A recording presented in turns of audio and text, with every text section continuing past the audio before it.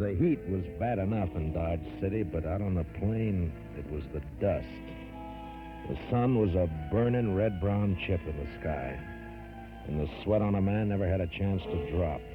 It was blotted and dried with dust. Doc, Chester, and I had ridden to old man Gore's place 10 miles out. He'd had some trouble with one of the hands. Well, had gone loco with liquor and had been shooting up the cattle. We found him, stripped naked nearby on his haunches, crying, drunk over a parched water hole. Doc had got him to bed and fixed him up some. And now we were heading back for Dodge. Darn horse. Seems he's just bound to stomp all the dust in Kansas in my eyes. Maybe the marshal will buy you a camel, Chester.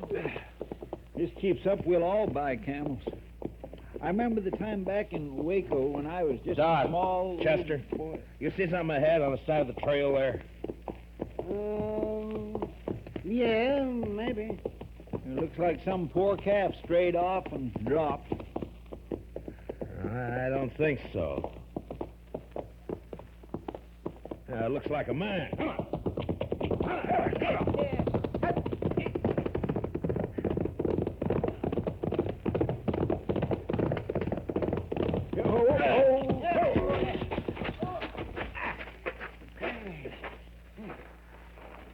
Chester, get the water bag. Yes, sir. Yeah, let me have a look, Marshal. Yeah. Let's see. Heat. Is he all right? Well, depends on how long he's been lying here. Here you are, Mr. Dillon. Open up his shirt, Marshal. Chester, get some of that water on his wrist. All right. It looks like an Easterner, huh? Sure not dressed for this country. Oh, well, that's better. That's better. Try to get a few drops in him. All right. No, not too much, Chester. Not in his nose, Chester, his mouth. Well, my gracious, I'm sorry, Mr. Dillon, but he moved his head. It's not so easy to... Hey, look, he's awake. You're all right, mister. Just take it easy for a bit now. Oh, that this too solid flesh would melt, thaw, and resolve itself into a dew. What did he say?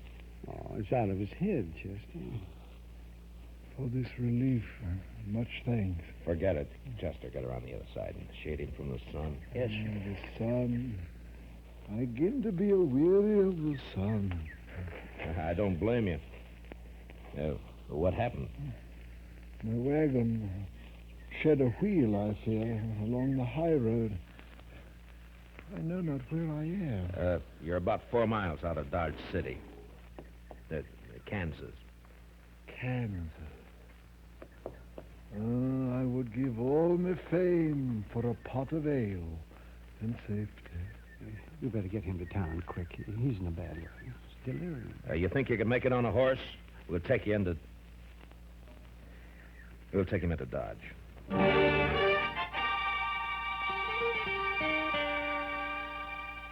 And he passed out again. We tied him across Doc's horse. Doc and I doubled up, and Chester rode behind. The stranger was a tall, skinny man with a face like a friendly mule. Big hands and thin wrists stretched out from his sleeves. He had no papers on him, nothing. And until he woke up, we wouldn't even know his name. Doc settled him down in the back of his place, and he was still asleep when Chester and I rode out to where we figured he'd left his wagon. Wasn't hard to see when we found it. What color wagon would you call that, Mr. Dillon? Puce, Chester. Puce. I guess so. Seems to be some writing on the side there. Yeah. Oh, Irving Henry, thespian supreme, disciple of the immortal bard. I should have known he was a religious man. He's an actor, Chester, the immortal bard. Shakespeare, William Shakespeare, wrote plays, poems.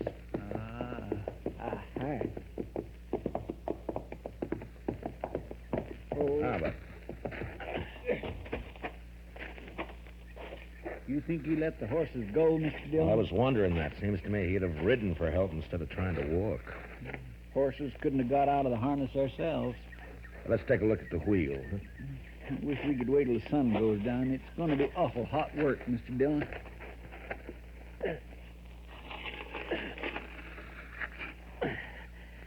Yeah, not too bad. The pin fell out. Must be another in the box at the back. Take a look, will you, Chester? Yes, sir. I'll prop the wheel up here. Now. Mr. Dillon? Yeah, can't you find it? Will you come here a minute? What's the matter? Take a look in there. It took a second or two to get used to the darkness inside the wagon. And then I saw the hand sticking out from behind the trunk. You didn't have to be the doc to know that it was a dead hand. The body was of a man about 40. He was dirty. And in a greasy, torn waistcoat, I found a pocketbook with his name, Sam Matchett. And that was all. Below his left shoulder and his back was a patch of dried blood. And in the middle, a bullet hole. We got the wagon wheel on, hitched up our horses, and drove into Dodge.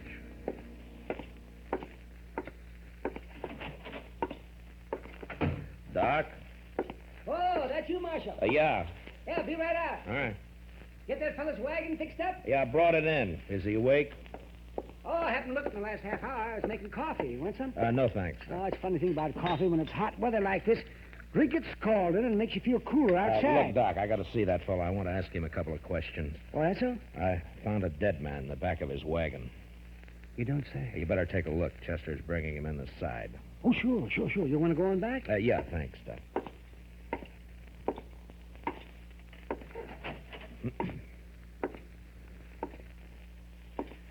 Mr. Henry? Mr. Henry, wake up. Yes, what? Oh. Your name, Irving Henry? Oh, Irving Henry. What is this place? Now, you got to listen to me for a minute. We found your wagon. Did you let the horses go before you sat on your own? Of course. I could not let them remain to die. Well, how come you didn't take one to ride? I have a loathing of horses. I cannot bear one under my body. There is a carafe of water beside the bed. Would you be good enough, Mr. Dillon, Matt Dillon. I'm the marshal here in Dodge City. Here you go. My thanks. Now, what were you doing with a dead man in your wagon, Mr. Henry? A dead man? A dead man shot in the back, lying in your wagon. This is very midsummer madness. I won't argue about that, but I'll thank you to answer my question. But it is impossible. It isn't true. I say it is. You lie in your throat if you say that I'm any other than an honest man. Look, mister, I didn't say you weren't honest. You're an actor.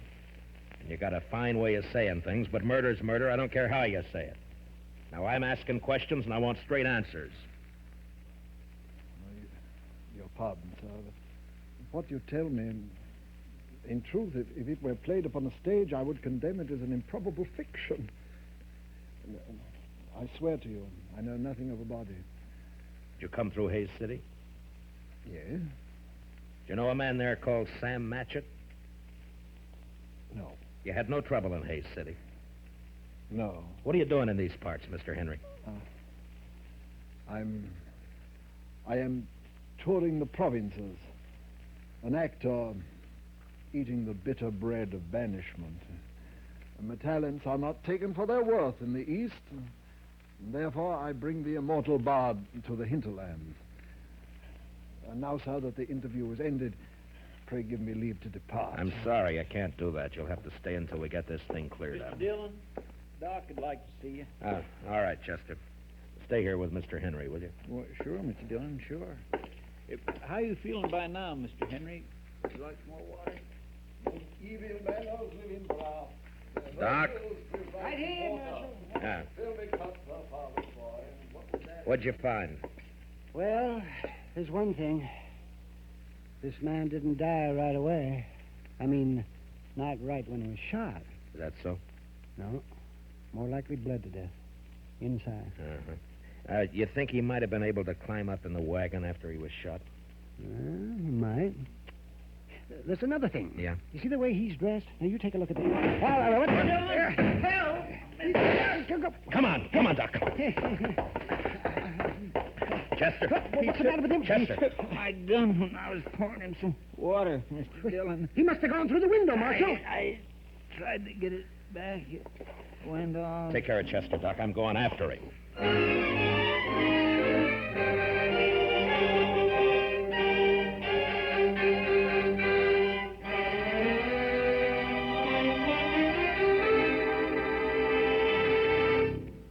We will return for the second act of Gunsmoke in just a moment. But first, do you know how old the school building in your community is? If it's over 25 years old, the chances are that it's woefully inadequate to the present demands on it. Certainly thousands of schools all over America are unable to meet the needs of a greatly increased enrollment. And all our school children will suffer unless all of us work actively to improve conditions. Join with the groups in your community working for better school conditions. Remember, better schools build a stronger America. That's an interesting little announcement there, isn't it, about the schools and they're being overcrowded and all that sort of thing. Now, here we are 25, 26 years later, and they're closing so many of the schools, at least in the suburbs, because the enrollment is way down, you know. That's how times change. Good Gunsmoke program, isn't it? Well, we got a couple of calls from listeners who were trying to help me out, and indeed did help me out on the identification of Parley, Baer, and Howard McNear. Bringing it a little more recent for your identification, Parley Baer, who is Chester Proudfoot on this Gunsmoke show, was also the mayor on the Andy Griffith TV show. And Howard McNear, who is Doc on this Gunsmoke show, was the barber on the Andy Griffith TV show. Now, in case you need to know, we usually assume everybody knows this, but maybe you don't. William Conrad, who plays Matt Dillon on here, was canon on that TV series that lasted a couple of years, a few seasons ago. And a little bit of trivia for you this afternoon, if we don't inundate you with all of this stuff. Chester Proudfoot on radio. Chester's last name on radio was Proudfoot. They could not use that name when the show went to television because Chester had a limp. So, I mean, it would just be ridiculous to have him call him Proudfoot and have him limp, you see. So they call him Chester Good on the TV series. Now, you've got all of that stuff there, right? We'll get back to Gunsmoke in just a minute.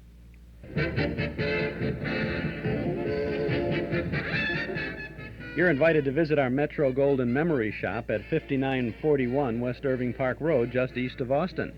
You'll be amazed at our supply of new things to bring back the old times and old things to provide more good times. We have hundreds of recordings of old-time radio shows on cassette, 8-track tape, and LP records, plus big band, soundtrack, and personality recordings. We have movie posters, magazines, books, cards, games, great jigsaw puzzles, gifts, and novelties. Well, it's all there, and it's waiting for you at our Metro Golden Memory Shop, 5941 West Irving Park Road, just east of Austin. Pay us a visit real soon, won't you? Our shop is open 7 days a week, Monday through Friday from 11 a.m. to 5:30 p.m., Saturdays from 10 till 7:30. We're open right now, and on Sundays from noon to 5. So come on in, see all the goodies at our good old Metro Golden Memory Shop, 5941 West Irving Park Road, just east of Austin. Metro Golden Memories, the MGM shop. This is Chuck Shaden, your host every Saturday afternoon for our Those Were the Days program on WNIB Chicago at FM 97. Now let's get back to Gunsmoke. Now, the second act of Gunsmoke.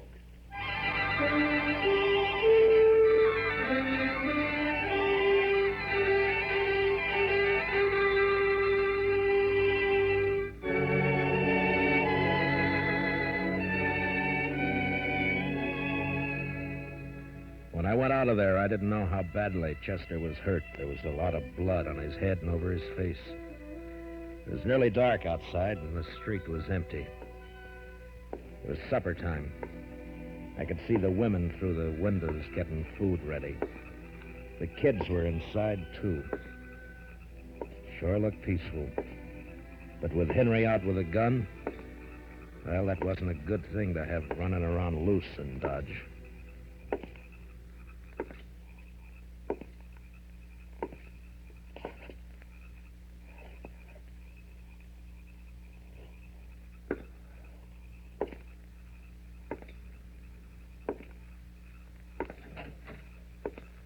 Evening, Mr. Dillon. Did you see a man run down the street, Miss Fletcher? Well, no. Well, you better get inside and lock your door. Don't come out again. There's a killer loose.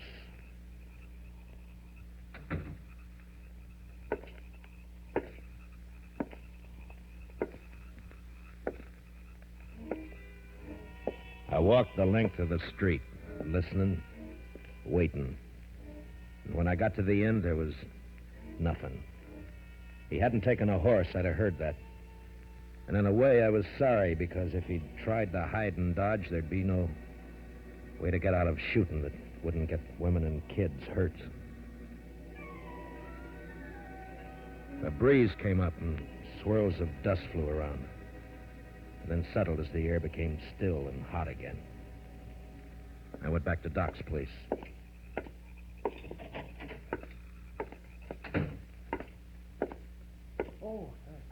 Did you find him, Marshal? No. How's Chester? Oh, I'm fine, Mr. Dillon. Just creased my head. More mess than hurt. Oh, good, Chester. Look, you want to go home or you want to work? I want to work. All right, go down to the office, get yourself another gun, and round up some men, many as you can. As long as Henry stays in town, we're in trouble. Now, keep your eyes open. Meet me back here. Yes, sir, Mr. Dillon. Take my gun with you, and if you see him, watch out. All right, now get going. Yes, sir. Now, Doc, I'm going to have to make you a deputy, too. Well, well, maybe instead of digging out bullets, I'll be putting some in. It's not funny, Doc. Now, come on. All right, we'll start here. I'll take this side, you take the other. Get the men to go through their houses and tell them to look for their horses. Tell them what's happening. But 10 o'clock that night, as far as we could tell, Henry hadn't left town. There were plenty of places for him to hide, though. We had 50 men out searching. Chester and I were working along back of the express office. There were a couple of houses there we hadn't covered. You wouldn't think a man like that would be a killer, now would you, Mr. Dillon? I never saw a man yet couldn't be, Chester. Depends on your reasons for killing, I guess. Now, let's take a look behind these boxes, huh?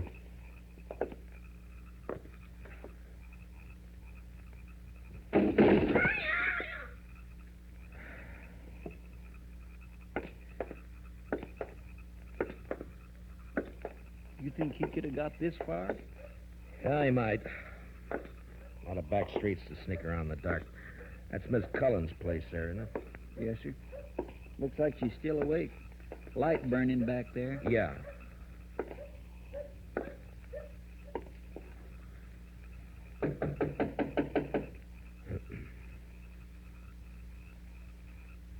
Seem a bit cooler to you tonight, Mr. Dillon? Yeah, a bit.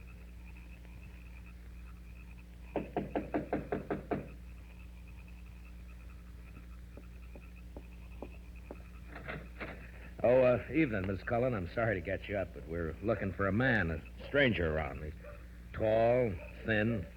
You seen anyone about tonight? No. No, I haven't. How's the kids? Oh, they're fine. Thank you, Mr. Dillon. Fine. Uh-huh. Oh, you keep the place locked tight, Miss Cullen. Don't let anybody in tonight unless you know who it is. All right. Good night, Mr. Dillon. Good night, ma'am. Well, now that's strange. She didn't even say hello to me, and I know her better than you do, Mr. Dillon. Chester, round up the others. Get them over here. I don't know why she... He's in there with her. I think he's got the kids in the sleeping room. Well, Sent her out to get rid of us. Now, I'm going to try and get in. Don't do anything when you come back. Just put the men around the house. yes, sir.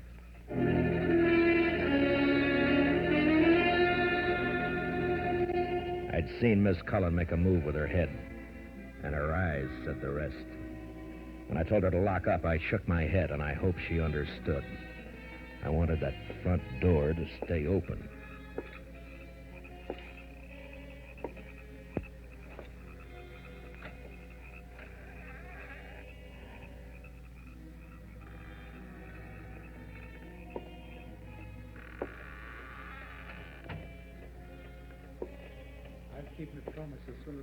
He was in there, all right. I could hear him. I wanted him alive. But I wasn't going to risk hurt to Miss Cullen or the kids getting him. I did what you asked. Don't hurt the children, please. They will never know this night. And in the morning, when they're awake. What's that?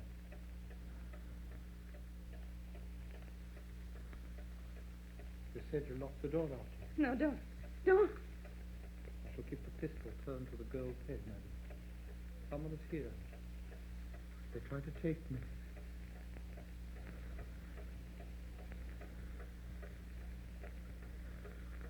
Who is it? Who?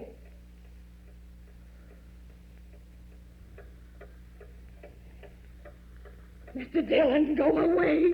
Please. You'll kill us. You lied. You lied. Oh, tiger's heart wrapped in a woman's hide. Listen to me, Marshal Dillon. Throw your pistol in here, and then come in with your hands before you. I have no stomach for child killing, but I will not hesitate to do so.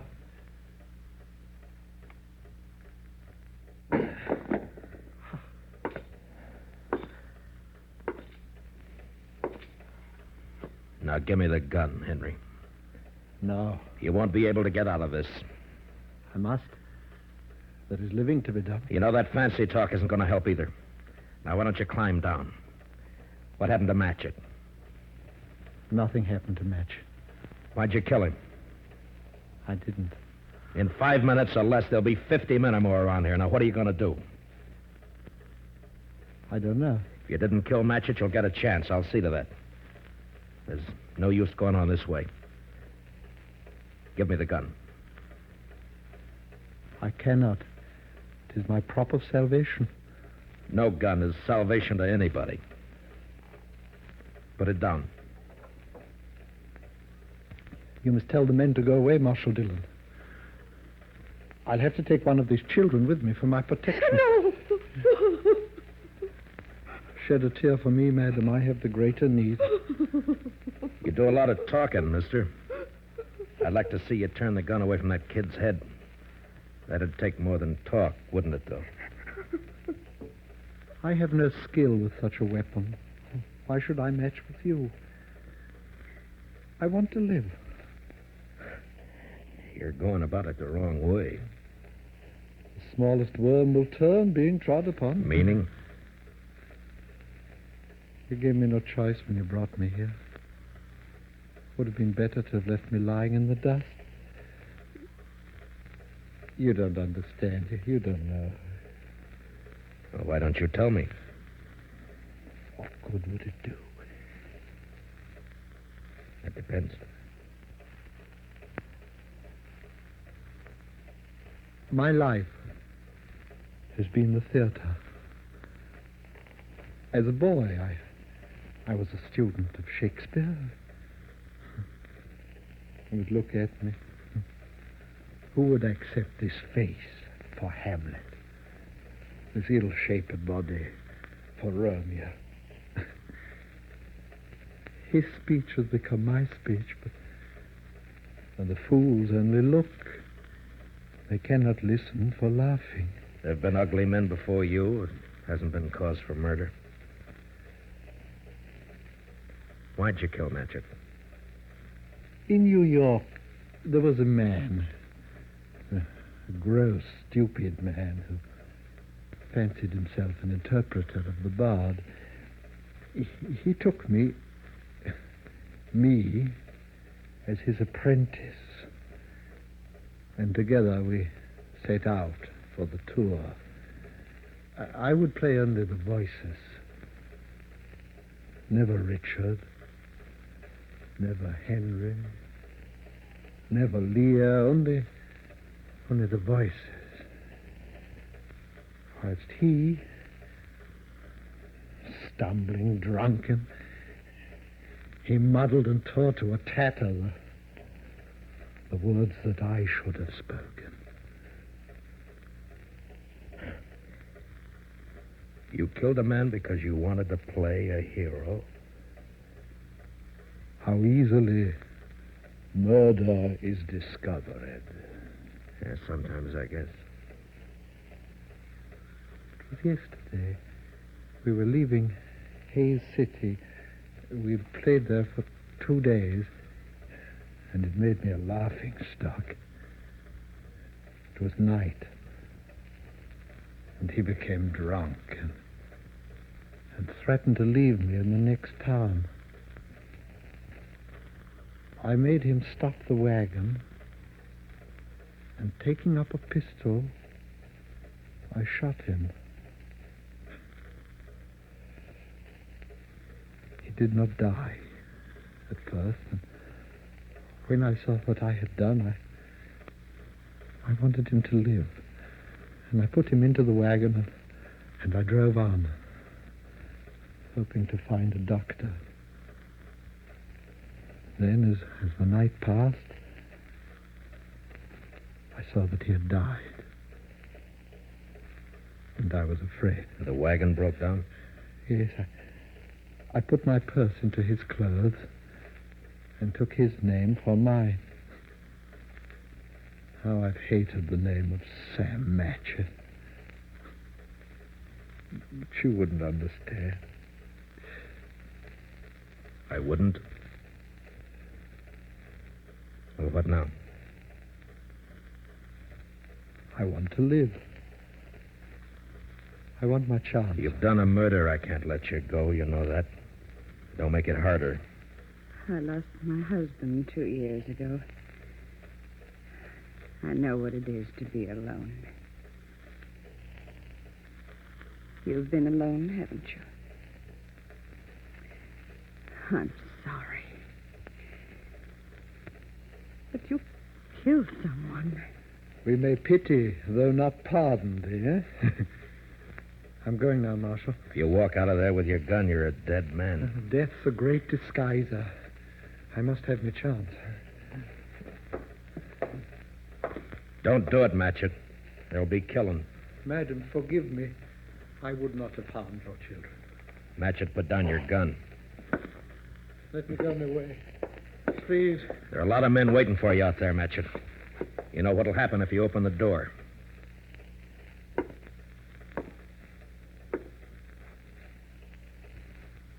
Don't do it, Matchett.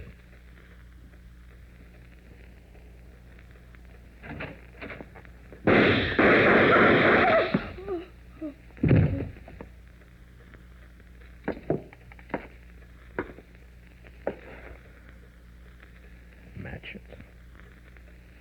To sleep. Perchance to dream. Aye, there's the rub. For in that sleep of death, what dreams may come.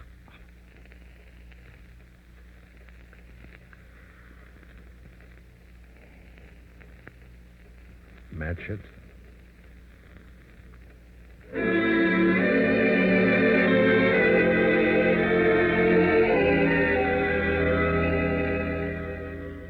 He knew he was going to die.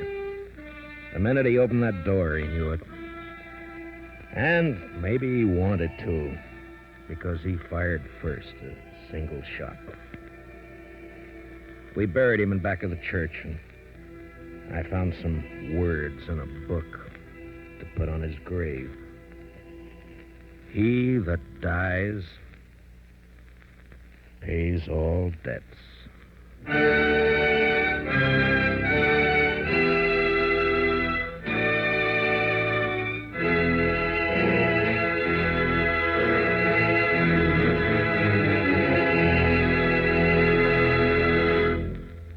Gunsmoke, under the direction of Norman MacDonald, stars William Conrad as Matt Dillon, U.S. Marshal. Tonight's story was specially written for Gunsmoke by Anthony Ellis, with music composed and conducted by Rex Corey. Hans Conried was featured as Henry, with Mary Lansing as Mrs. Cullen. Parley Baer as Chester, and Howard McNear as Doc. Join us again next week as Matt Dillon, U.S. Marshal, fights to bring law and order out of the wild violence of the West in Gunsmoke.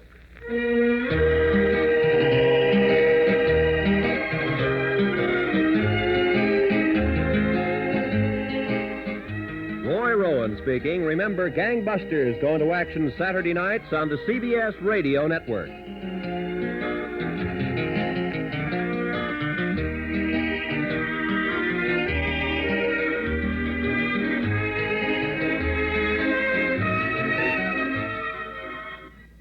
That's Gunsmoke from the CBS Radio Network, as he said, from August 23rd of 1952. They really knew what they were doing. They did a really crisp, good job of putting that program together, Gunsmoke, with William Conrad. Of course, they used great pros, people who had worked a great many years in radio. So CBS was doing it back in '52, and they're still doing it on every night of the week now with the Mystery Theater. Huh? And there's a new series coming up. I don't know if you heard about this yet. The Sears Radio Theater is going to start early in February, 5 nights a week, with a different kind of a story every night of the week. Mystery, adventure, science fiction, comedy, drama, a whole variety of things like that. And you know who the executive producer of the series is? It's Elliott Lewis. That's right, our Elliott Lewis, who was Frankie Remley on the Phil Harris Alice Faye show. We're going to be doing a kind of a salute to Elliott Lewis on the 4th of November here on our Those Were the Days program on WNIB. We're calling it The Many Faces of Frankie Remley, and we're going to do a whole afternoon with programs featuring Elliott Lewis, and then we're going to present the interview that we had. We taped an interview with him at Paramount Studios a couple of years ago, and we'll share that with you on that afternoon, too. That's coming up on the 4th, and then we'll tell you all about what's coming up on the new radio theater that's going to be on. They're really going to give it a good shot, too. It's going to be a pretty nice thing. The only negative thing about it, as I could understand, is that I heard, and I don't know for sure, but I heard that CBS in Chicago was going to run it after the Mystery Theater, which does not make me very happy, or you either, I suppose. The Mystery Theater from 10:30 to 11:30, and then this thing at 11:30 till 12:30. You'll have to get a long tape out and do it that way. That's all there is to it. Anyway, on the 4th of November, The Many Faces of Frankie Remley will have 2 Phil Harris Alice Faye shows.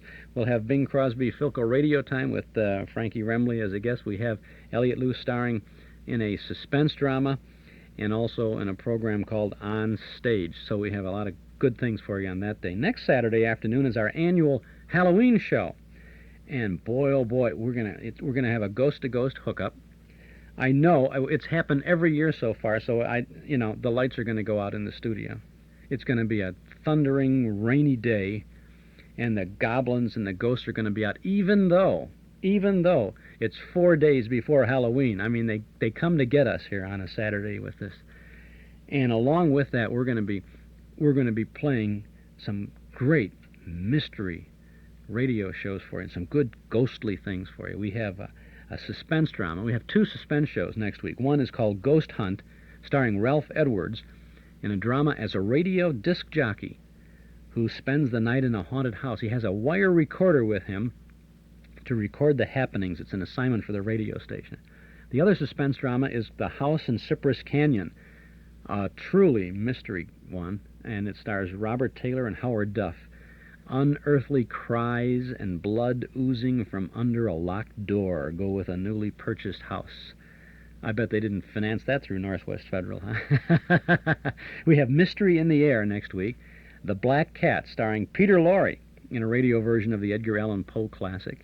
We have The Shadow with Bill Johnstone as Lamont Cranston and Marjorie Anderson as the lovely Margot Lane in a story called The Ghost Building. Mysterious deaths occur at the largest building in the world. And then we have an inner sanctum mystery for you with a creaking door. Barry Kroger, Larry Haynes, and Mercedes McCambridge star. And I love this title, A Corpse for Halloween. And it's going to have a little fun, too, because we have an Ozzie and Harriet program with Ozzie going into a haunted house to prove to his sons, David and Ricky, that they didn't see a ghost in that place. So it's going to be super. Yes, we will have, no doubt about it, we will have the dark, the story of the bodies that turn inside out. So we've got some super stuff next Saturday afternoon on our Halloween program. Then it's Many Phrases of Frankie Remley on the 4th of November. We're going to do World War II and the big bands on the 11th of November. All kinds of big band broadcasts. Abe Lyman, Glenn Miller, Harry James, Cab Calloway, Louis Prima. And our guest that day is going to be Carl Pearson, big band buff and frequent contributor to the newsletter. And then our annual Thanksgiving show on the 18th of November when we have some Thanksgiving programs and we start the Cinnamon Bear.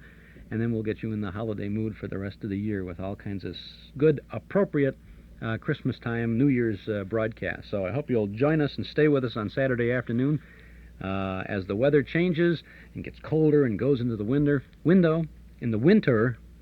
and we don't have any more of this beautiful Indian summer. Now, if you want to know exactly what's coming up, when it's coming up, you should subscribe to our Nostalgia newsletter and radio guide. On the cover of our Nostalgia newsletter for November, and this will be going out, the November issue will be going out to the regular subscribers by midweek, middle of next week. If you're not a subscriber, you can subscribe. I want to tell you about the cover. We have perhaps the most charming portrait of Edgar Bergen and Charlie McCarthy that I've ever seen. Both Edgar and Charlie are in white tie and tails. Edgar's on the telephone, and Charlie is kind of peeking over Edgar's shoulder, and he has his little hand on Bergen's arm. And it's a beautiful picture, and it's yours when you subscribe to the newsletter, because it's right on the cover of the November issue. And that's just the beginning of the good reading and good information you'll find in this current November issue. Articles from and about the past, plus the complete listing of our Saturday afternoon Those Were the Days broadcast schedule. It's all there, and it's yours for only $7 for a one-year subscription. 10 issues, $7. So subscribe right now. Call us at 545-2260. 545-2260 will begin your subscription with this November issue, which we'll send to you by first-class mail next week, and we'll include an invoice along with your first copy of the newsletter and radio guide. Now, the November issue features articles about Can You Top This?, the Radio Laugh Fest starring humorist Senator Ford, Harry Hirschfield, and Joe Laurie Jr. There's an interesting article this month about Sarah Berner. She was Mabel Flapsaddle on the Jack Benny Show. That was a telephone operator, remember? And there's another story about Fran Allison on radio and television in 1948. Call 545-2260 to subscribe. You'll have fun this month reading about Dr. IQ, the mental banker, and you'll enjoy Mark Nelson's film clips feature about Edward G. Robinson. There's more, too. We have letters to the editor, advanced news of our Saturday night memory movies at Northwest Federal, and, of course, the old-time radio lineup on Saturday afternoons here on WNIB. We offer information about each show we broadcast, including names of stars and other cast members, original broadcast dates, network information, even the times of each segment we present in case you're taping the vintage shows for your own personal collection. So subscribe now. Get a year's worth of good information and good fun about the good old days. Just $7. Call us here at our studio now at 545-2260. If the lines are busy when you call, we'd appreciate it if you would just wait a moment and then call back. If you like, you can send $7 to Nostalgia Newsletter, Box 421, Morton Grove, 60053. But why not make it easier on yourself? Just call us now at 545-2260.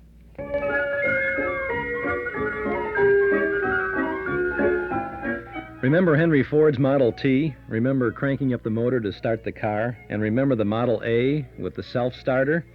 Great memories, huh? Well, Ralph Hirschberg of Nelson Hirschberg Ford has fond memories, too. Memories that roll back to 1931 when he and Norm Nelson first started selling Fords on Irving Park Road.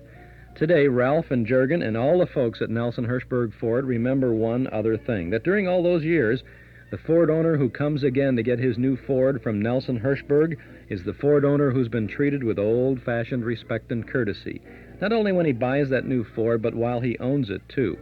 Thousands of Ford owners come back again and again to do business with Nelson Hirschberg, one of Chicagoland's oldest, most respected Ford dealers. Find out for yourself. Get your new Ford from an old-fashioned dealer. Visit Nelson Hirschberg Ford, 5133 Irving Park Road, 5 blocks west of Cicero at Laramie. This is Chuck Shaden, your host on our Those Were the Days program, today and every Saturday from 1 to 5 on WNIB, Chicago, FM 97. Gunsmoke was from 1952. Now let's move along on the radio shows from the fabulous 50s to 1954 now, April 28th of 1954.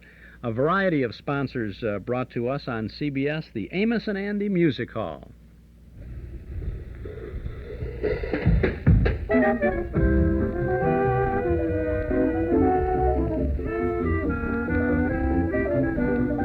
Amos and Andy present the Mystic Knights of the Sea Music Hall, brought to you tonight by the makers of Campbell Soups, Johnson & Johnson's Band-Aids, and General Electric products for home and industry.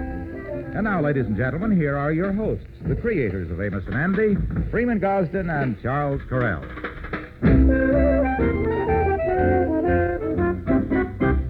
Good evening, folks. This is Freeman Gosden. And this is Charles Correll. Yes, that's right. Our friends Amos and Andy have a brand new musical program. It originates in that fabulous Mystic Knights of the Sea Lodge Hall, and they're going to be on every night, Monday through Friday. Naturally, the Kingfish and their other friends will be dropping in, so I guess we can expect just about anything to happen. Yes, we certainly can. And I understand the boys' guest tonight is Frank Sinatra. Well, we hope you like the show and hope you'll be with Amos and Andy every night at this same time. But right now, why don't we drop over to the Lodge Hall and see what's going on?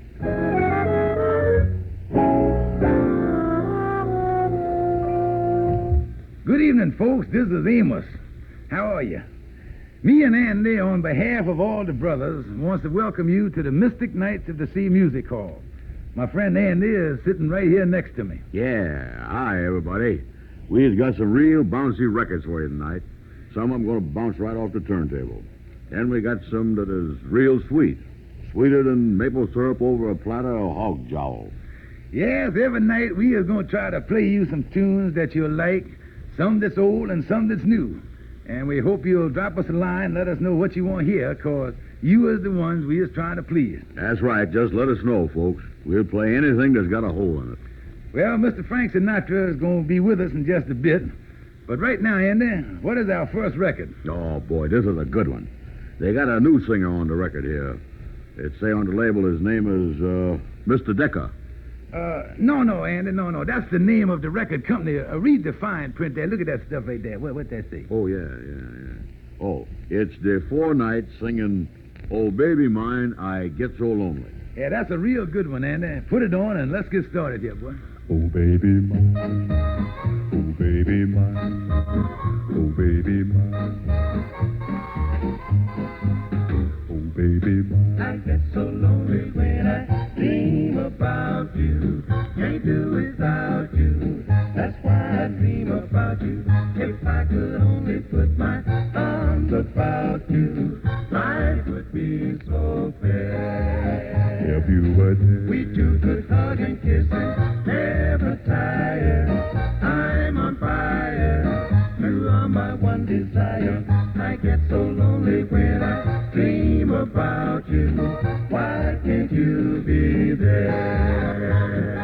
Tossing and turning in my slumber. oh, baby more, Holding you, it seems. oh, baby, I give you kisses without number, but only in my dreams. oh, baby mine. I get so lonely when I dream about you.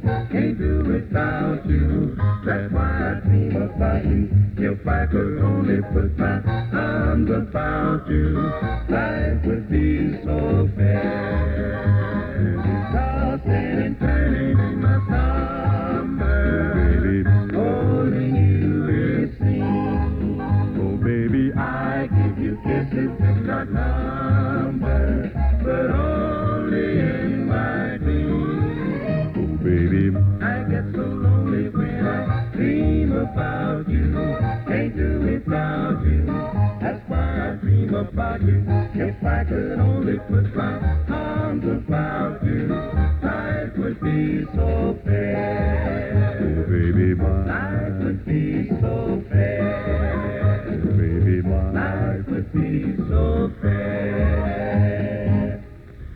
Well, folks, I think we is all familiar with the world-famous General Electric Company. But here is Mr. Ken Carpenter to tell you something about them wonderful General Electric automatic washers. Get a GE automatic washer, and you'll get the whitest, brightest wash ever. Here's why. Many old-fashioned automatic washers tumble the clothes around, so they're out of the wash water much of the time. But the new GE automatic washer has GE's famous activator washing action. And that means clothes are flood-washed and flood-rinsed, submerged in water all the time. Another thing, many old-style tumbler washers drain the dirty wash water through the clothes. Now, this deposits soap and soil on the freshly washed pieces. But the new GE automatic washer, with its famous spin dry, spins the water up and out, away from the clothes, leaves every piece sparkling white, really clean. Your General Electric dealer will show you how you can own a new General Electric automatic washer after a small down payment. See him tomorrow. Say, what's that you got on the turntable there, Andy? That is Make Love to Me with Joe Stafford. Well, start it from the beginning and let's hear it.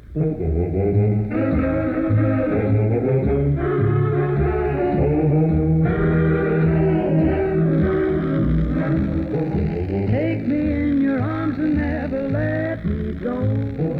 Whisper to me softly while the moon is low.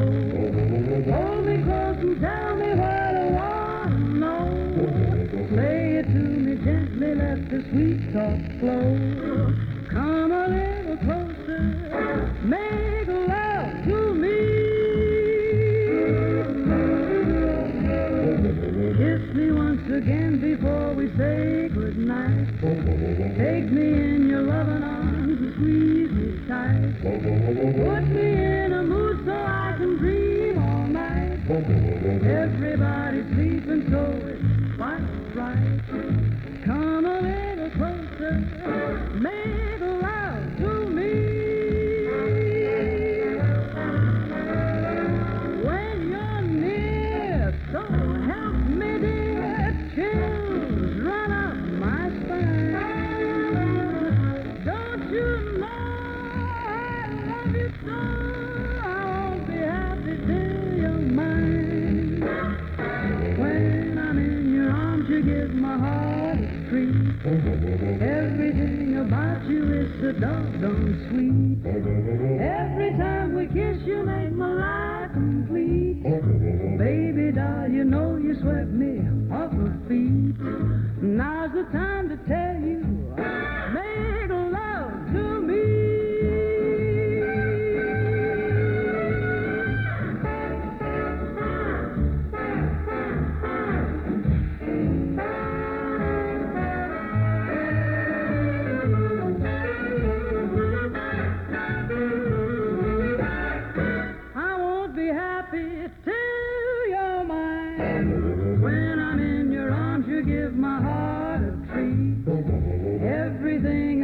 You is so doggone sweet. Every time we kiss, you make my life complete. Baby doll, you know you swept me off my feet. Now's the time to tell you, hey baby, make love to me.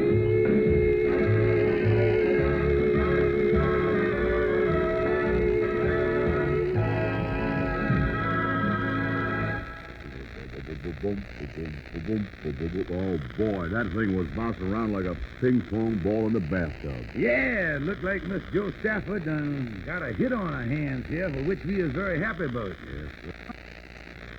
That's the first segment of the Amos and Andy Music Hall from radio on April 28th of 1954. This appears to be the first show in the series.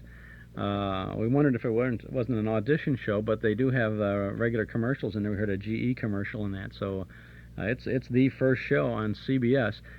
Something very interesting about this show, something kind of sad about it, because it really demonstrates the transition from one kind of radio to another, from variety and comedy and mystery and drama and adventure and all that sort of thing on radio to music, right? Music and news.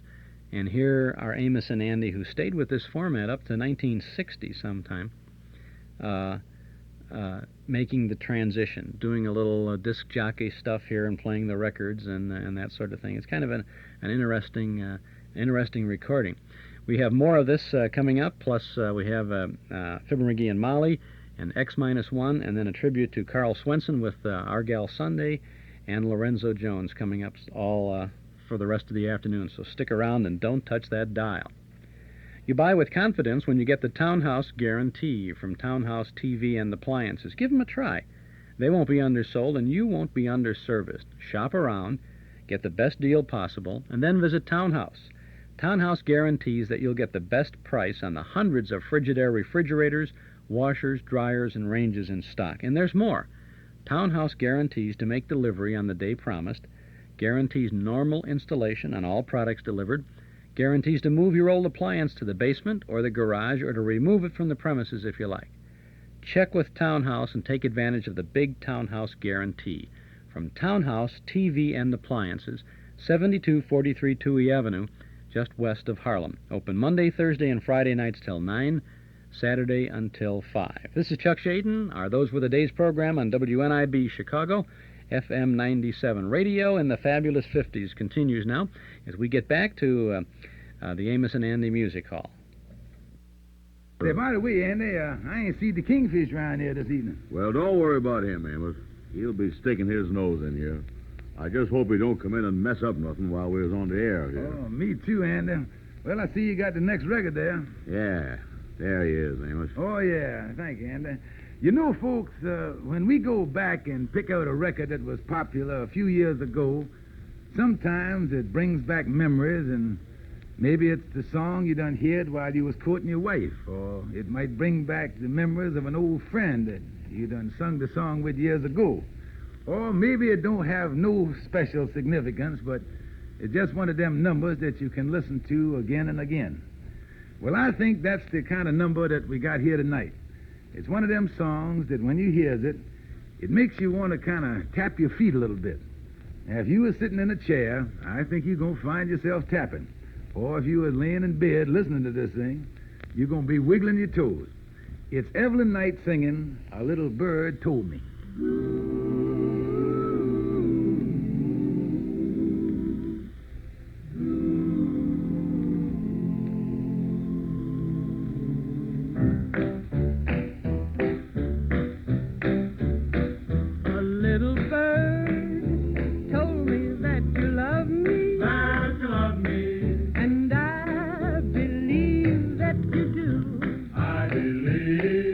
Little bird told me I was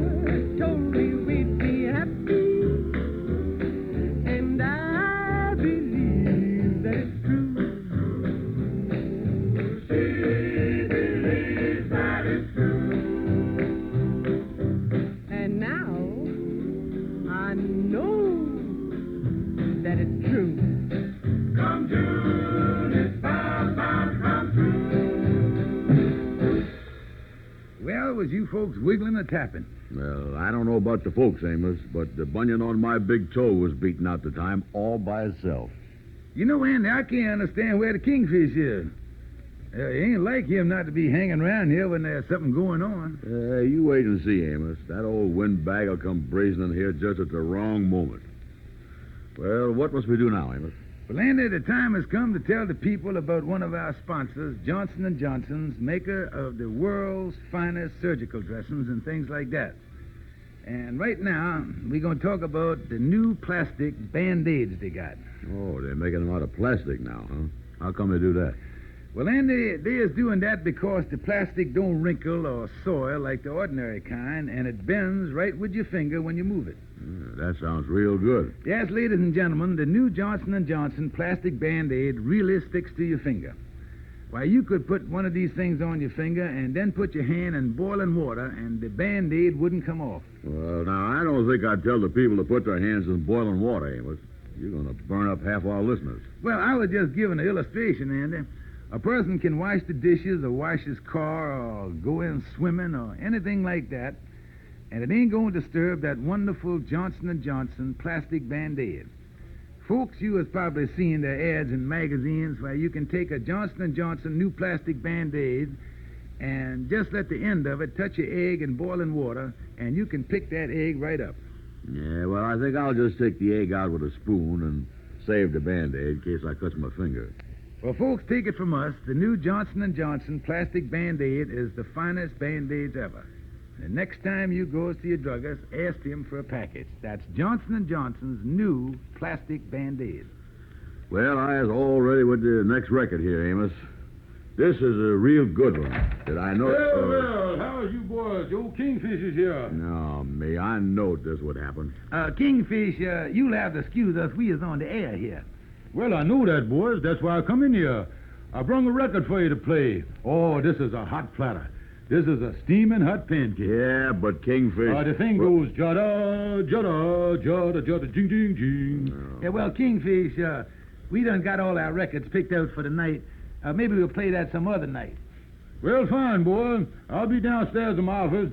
If you need any help, just let me know, and the Kingfish will take care of it. Oh, me. I hope he stays down there.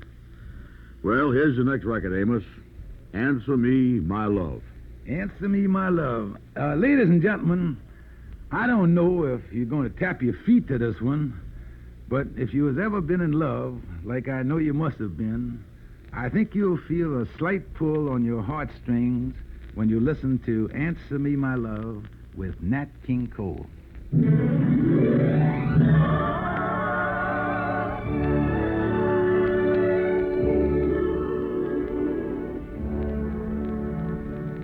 Answer me, oh my love, just what sin have I been guilty of? Tell me how I came to lose your love. Please answer me, sweetheart. You were mine yesterday. I believed that love was here to stay. Won't you tell me where I've gone astray? Please answer me, my love. If you're happier without me, I'll try not to care. But if you still think about me, please listen to my prayer. You must know I've been true. Won't you say that we can start anew? In my sorrow now I turn to you. Please answer me, my love.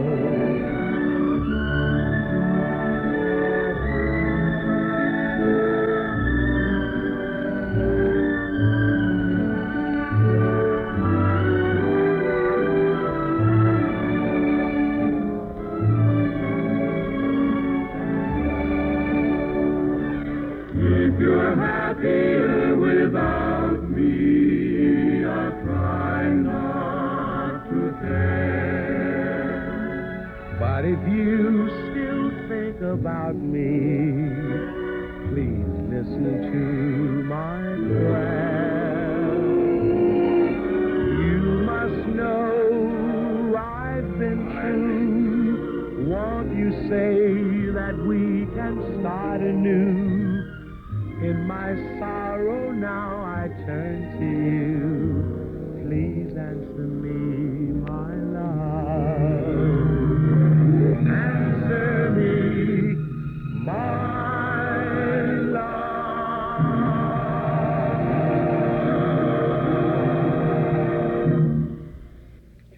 Those were the songs that we were listening to back in 1954, and here we have Amos and Andy spinning the records for us on this Amos and Andy Music Hall, broadcast from April 28th of 1954. We'll get back to that in just a minute. This is Chuck Shaden. Those Were the Days is the name of our show every Saturday from 1 to 5 on WNIB Chicago, FM 97. The fine family of Paterno offers you a selection of fine wines from the vineyards of the world, from California to France, from Italy to Portugal.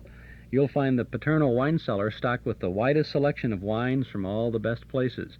Paterno Foremost Liquors at 5303 Milwaukee Avenue at Central, just north of Foster, is the largest beverage store of its kind in all Chicagoland. A visit to the Paterno wine cellar is an experience you won't forget, and you'll return often to keep your own wine cellar stocked. Whether it's an intimate candlelit dinner for two or an important dinner party for quite a few, you'll find everything you need to add the word special to your next occasion.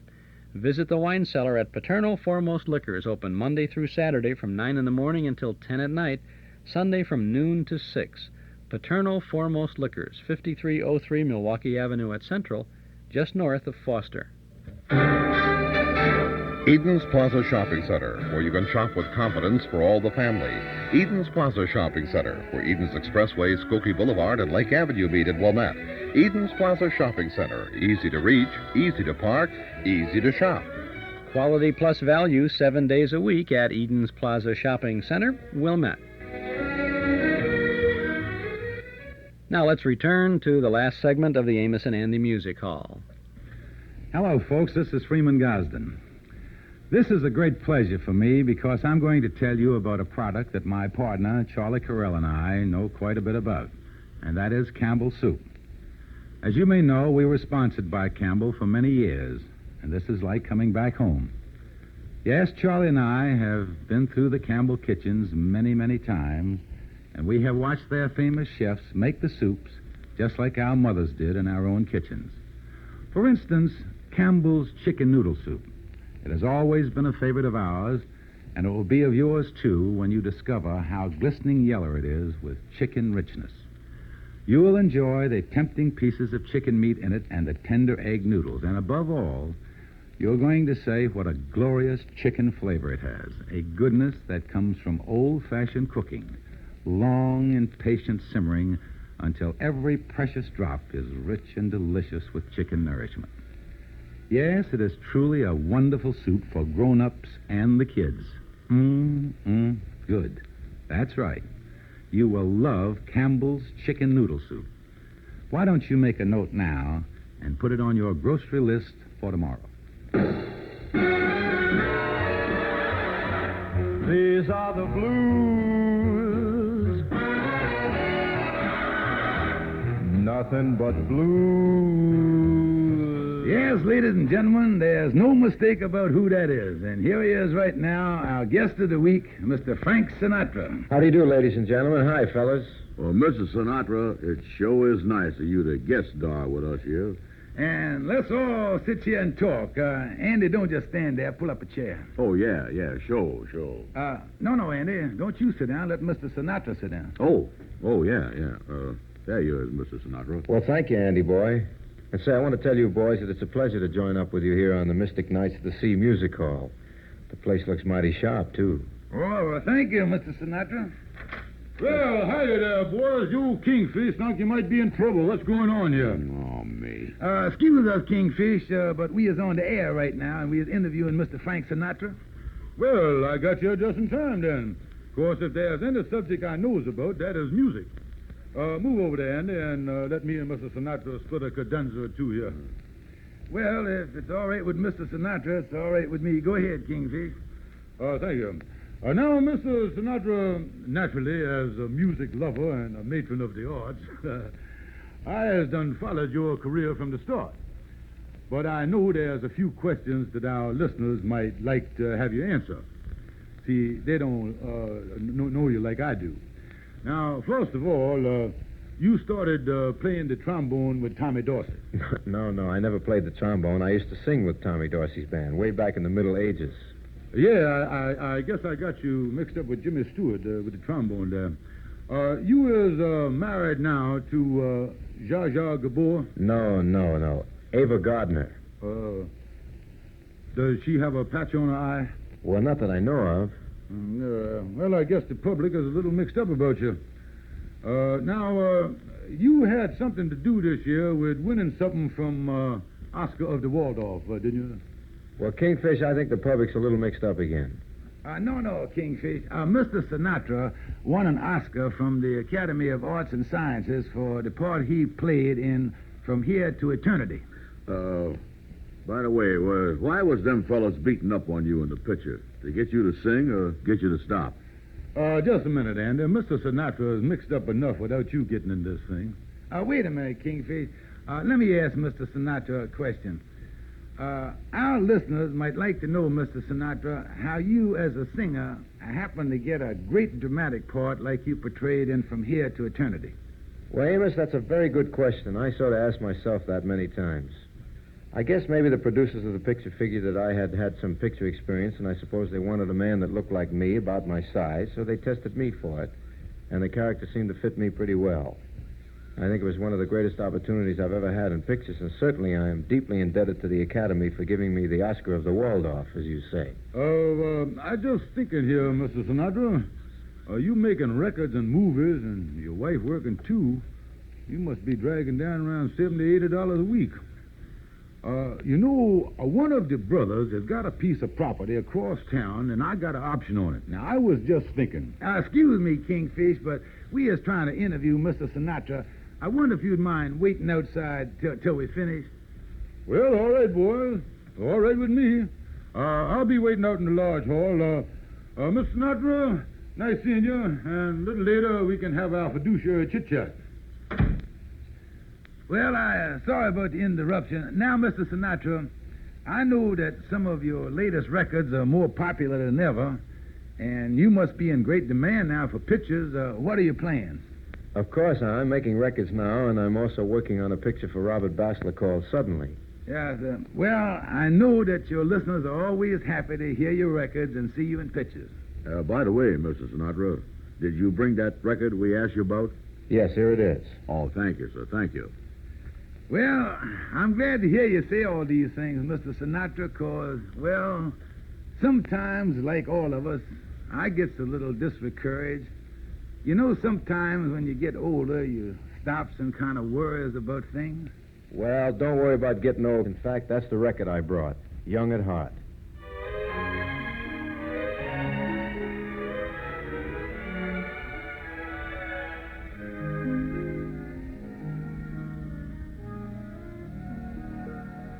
Fairy tales can come true. It can happen to you if you're young at heart. For it's hard, you will find, to be narrow of mind if you're young at heart. You can go to extremes with impossible schemes. You can laugh when your dreams fall apart at the seams. And life gets more exciting with each passing day. And love is either in your heart or on its way. Don't you know that it's worth every treasure on earth to be young at heart? For as rich as you are, it's much better by far to be young at heart.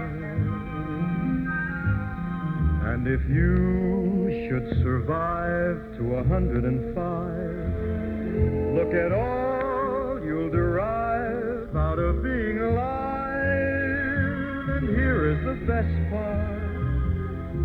have a head start if you are among the very young at heart.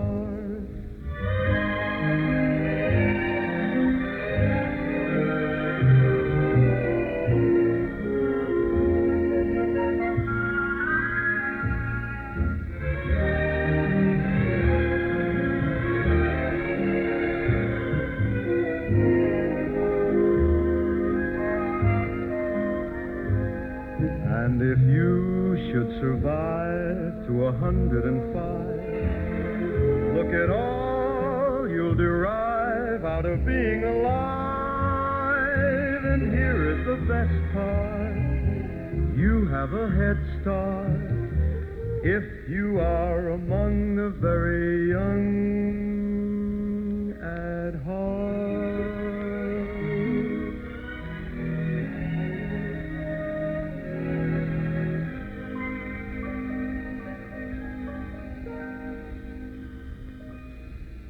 Thank you. That was lovely, Mr. Sinatra, and thank you very much. Thank you, boys. It was a pleasure to be here, and all the luck in the world with your new show. If you go out the side door there, Mr. Sinatra, you won't run into the Kingfish. Well, Andy, I see we got time for one more record here. Is you got one last number there that you think the folks would like to hear? Oh, yeah.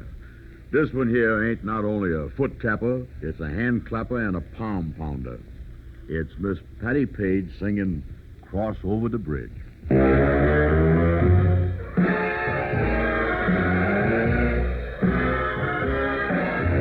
you're a guy who's had a gal in each and every port, and you forget the rules of love that life has always taught, and if you broke as many hearts as ripples in a stream, well, brother, here's the only way that you can be redeemed. Cross over the bridge, cross over the bridge, change your reckless way of living. Cross over the bridge, leave your pickled past behind you, and true romance will find you. Brother, cross over the bridge.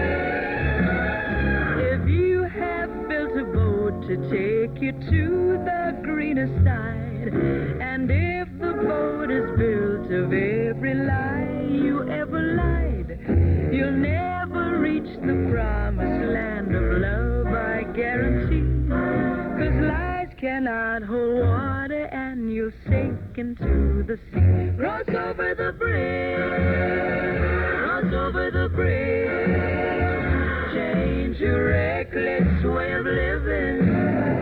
Cross over the bridge, leave your pickled past behind you, and true romance will find you. Brother, cross over the bridge.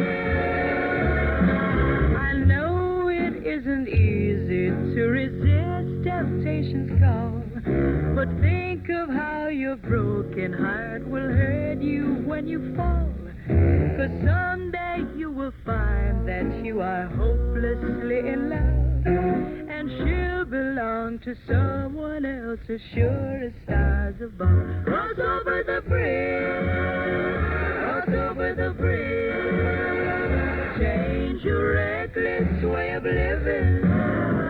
Cross over the bridge, leave your pickled past behind you, and true romance will find you.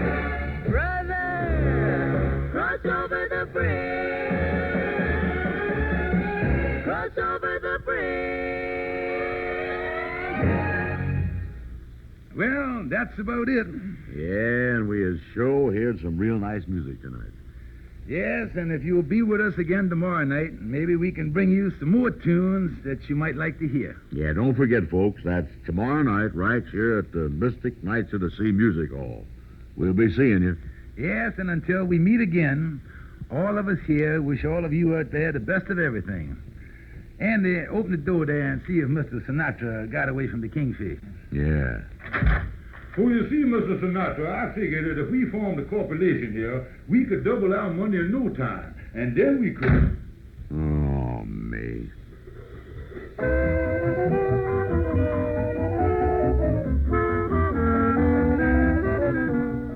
The Mystic Nights of the Sea Music Hall was brought to you tonight by the makers of Campbell Soups, Johnson & Johnson Band-Aids, and GE products for home and industry.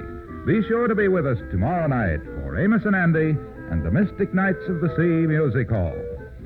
This is the CBS Radio Network. Nice version of the Perfect Song there, wasn't it? That's the theme song for Amos and Andy, called The Perfect Song. And it was an interesting program here. They call it the Mystic Nights of the Sea Music Hall. Well, that didn't last very long because it became the Amos and Andy Music Hall. And there was a noticeable lack of audience reaction on this because there was no audience there. There never was, to my knowledge, an audience for this show. They never did it live in front of an audience or pre-recorded in front of an audience, but they did add a laugh track and an applause track after a while, sad to say. And later on, of course, this was pretty straight, except for that little Sinatra bit in there, it was which sounded like it was pre-recorded, electrically transcribed is what they would have said then.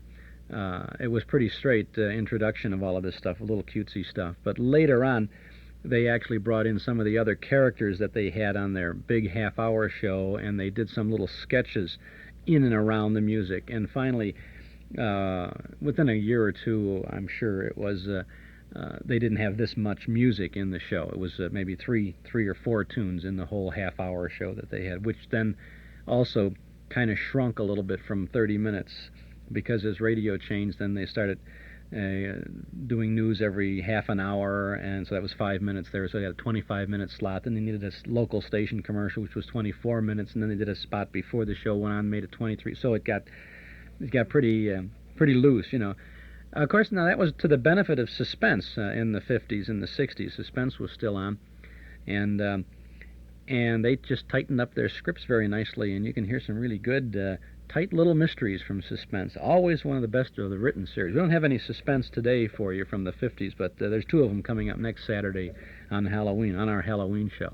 This is Chuck Shaden on our Those Were the Days program, WNIB Chicago, FM 97. A listener called before and said, you notice the lack of big band music on the records. He said the big bands were literally gone in the early to middle 50s, and all we heard were vocals.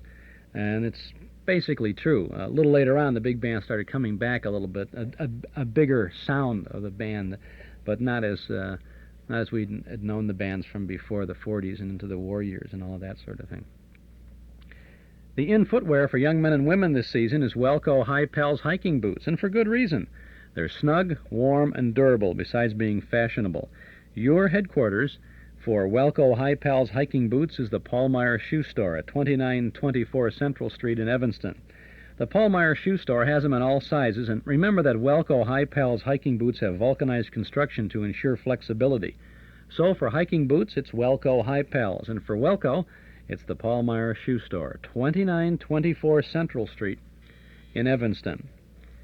Well, let's see, this is October, and we have a cassette special for the month of October. We have 3 science fiction tapes for you this month, 3 full hours of special entertainment from out of this world. From the Hall Closet, Box 421, Morton Grove, 60053, we offer The Day the Earth Stood Still. That's a Lux Radio Theater production starring Michael Rennie in the radio version of that great science fiction film. It's about a visitor from another planet who lands in Washington to meet with the leaders of the world before the planet Earth is destroyed. That's yours for $5 from the Hall Closet. Next, we present 1984, George Orwell's Big Brother story of fascism in the future, where the minds of the people are controlled and Big Brother sees all. 1984 is yours for only $5 from the Hall Closet. Finally, we have the classic science fiction broadcast of all time, the Mercury Theater production of H.G. Wells' The War of the Worlds, starring Orson Welles, in the story that frightened half the country when it was broadcast on the eve of Halloween 40 years ago. The War of the Worlds, just $5 from the Hall Closet.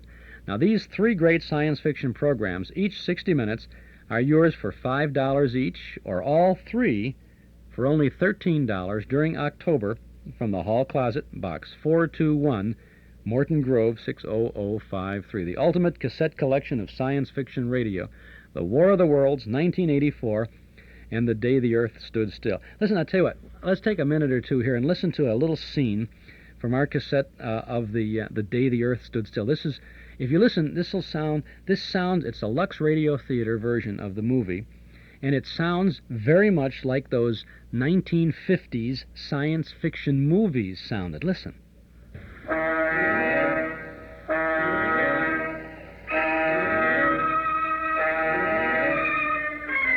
It was a pleasant spring day, an ideal day for a walk in the park, a day to push the baby buggy and be glad you were alive.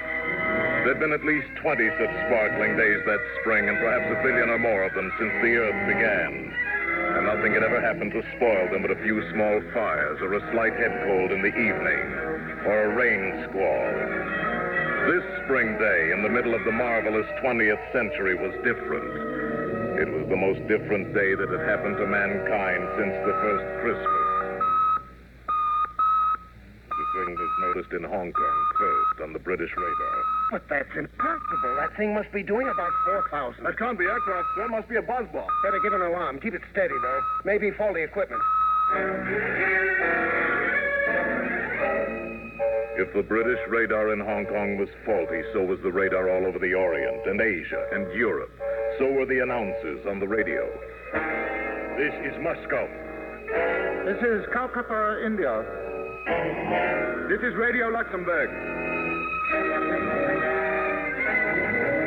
The American radar screen quickly confirmed the fact that there was nothing wrong with the British radar, and that there was something very gravely wrong 40 miles out in space, far above the Earth. Luxton at Ferris to Baker. Ferris to Baker. I have an object at 200,000 feet. 4000 miles an hour. Then it was here. Incredibly, it was here. Burning down through the sky over Washington, D.C., hovering over the mall. Descending.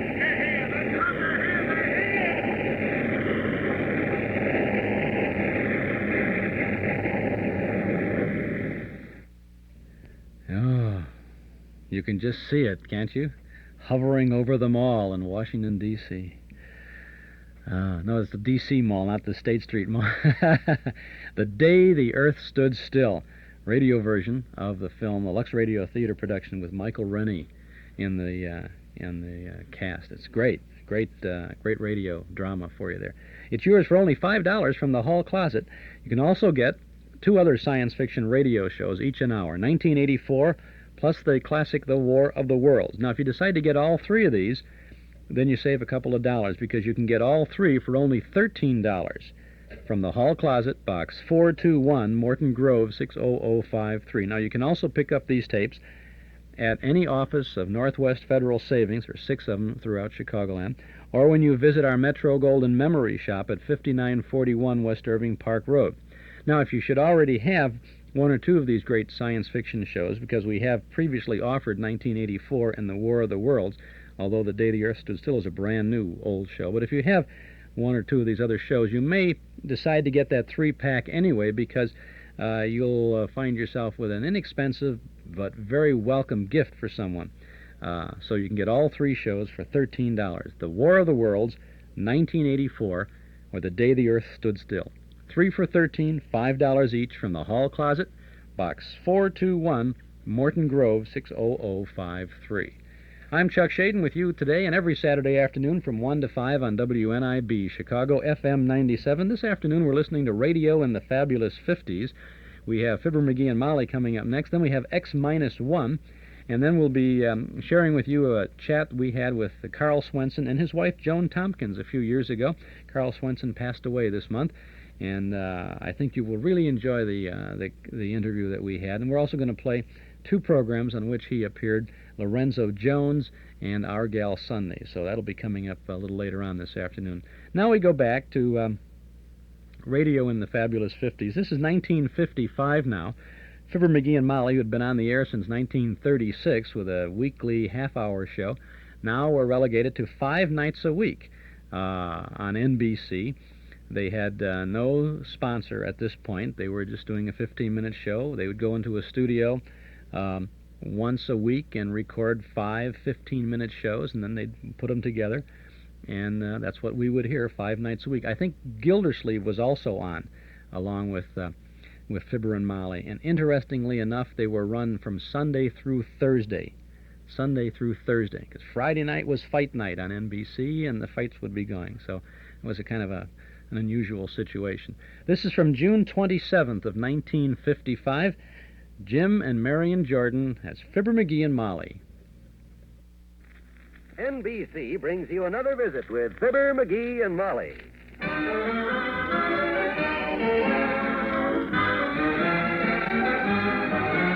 Again, we invite you to listen to the transcribed adventures of Fibber, McGee, and Molly.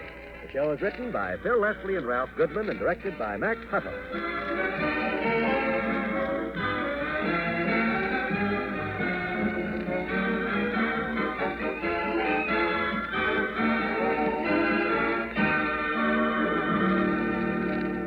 Our story will be underway in just a minute. When disaster strikes, tornado, flood, forest fire, blizzard, or other catastrophe, you'll find America's citizen soldiers on the job, the National Guard. Volunteers all. For more than 300 years, the National Guard has served its country in peace and war. Right now, a giant recruitment program is underway to meet greatly increased defense responsibilities, including a 24-hour alert by selected National Guard anti-aircraft artillery units and air guard units to protect us from possible sneak aerial attack.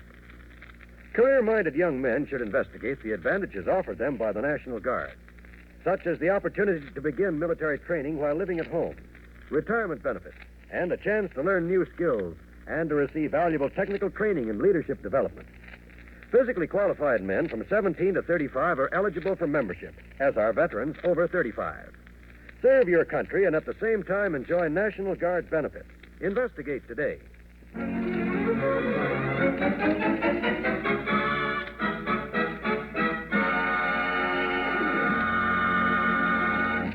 Does this ever happen to you? You put in a good full day at home with the cooking, the mending, and the ordinary housekeeping chores. And after dinner, you're just getting settled for a quiet evening with a new magazine when your husband leaps up with a happy look and says, "Hey, kiddo, I got a great idea. Let's go downtown tonight and see a movie, huh?" Oh, I don't know, McGee. I thought I'd just... You've been working hard today, Molly. You look tired. It'll do you good to get out. I'll take you downtown and show you the bright lights tonight on the front of the theater.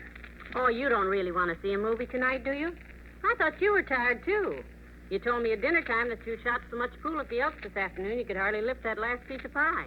Well, I was just hungry, I guess. I feel great since I ate. Besides, we owe it to ourselves to see more pictures. Owe it to who? Ourselves. Listen to what I just read in the paper here. It says the average American family sees 8.5 movies a year. 8.5? 8.5. You mean that everybody leaves in the middle of the ninth one? Oh. Or do they make a special half picture just to show for those... No, that's only statistics, Molly. You know how they get them statistics. They take a survey of a cross-section of people. Well, there's no crosser-section of people than the ones whose feet you step on in the movies. Well, that's besides the point, kiddo. My point is that the average family sees over 8 pictures a year, and we haven't seen even one this year. We don't want the neighbors going around saying we're below average, do we? Oh, what a horrible thought. Here's the movie page. Pick out anything you want to see. A lot of good ones in town this week. Well, you pick one, McGee. I don't care at all. In fact, I would just as soon... I'll get the coats. Anything you want to see is fine with me. Well, let me look. How about the Bijou? They're showing Quo Vadis. No, I don't like them foreign pictures.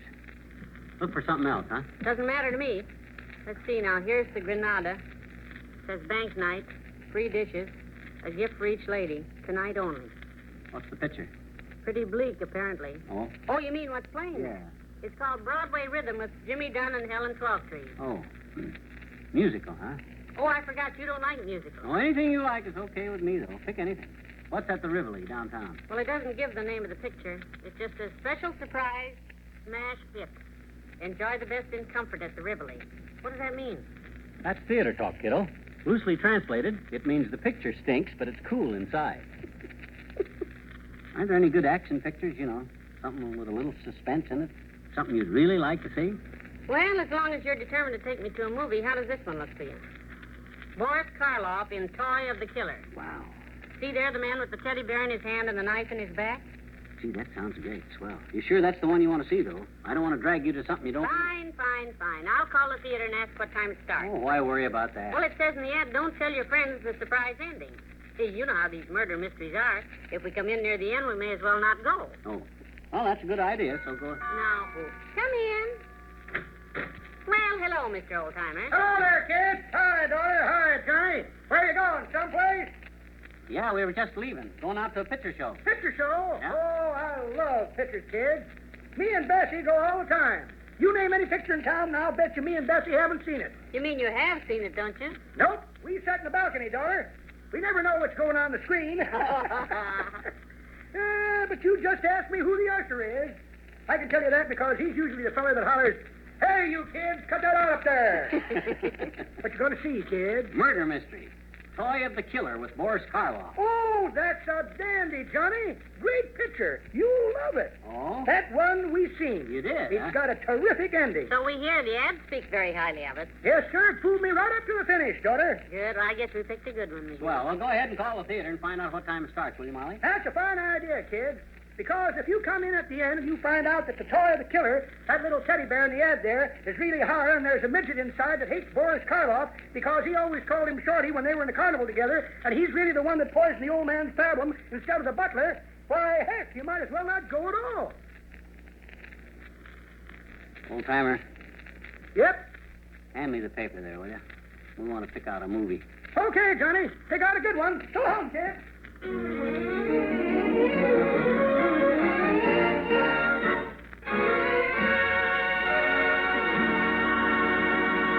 In a moment, we'll return to Fibber, McGee, and Molly. It's a sad truth that an average of 500 forest fires occur every day in the United States. Who starts these fires? Men, women, and children start them. Only 10% of all fires are due to lightning. The rest are due to human carelessness. A traveler flips a lighted match or cigarette from his moving car. A camper leaves his fire unattended. A hunter or fisherman tosses his smoke into the dry grass. A farmer or rancher underestimates the power of drought and wind and burning trash or brush. These are the people who start fires. And as a result, vitally needed timber, watershed lands, rangelands, wildlife, and homes are destroyed. And many people lose their lives. We should all remember when in or near forest and grasslands that we are all potential fire starters. A little care, a little thoughtfulness is all that is needed to keep brush and campfires safe. Resolve now to do your part. Only you can prevent forest fires.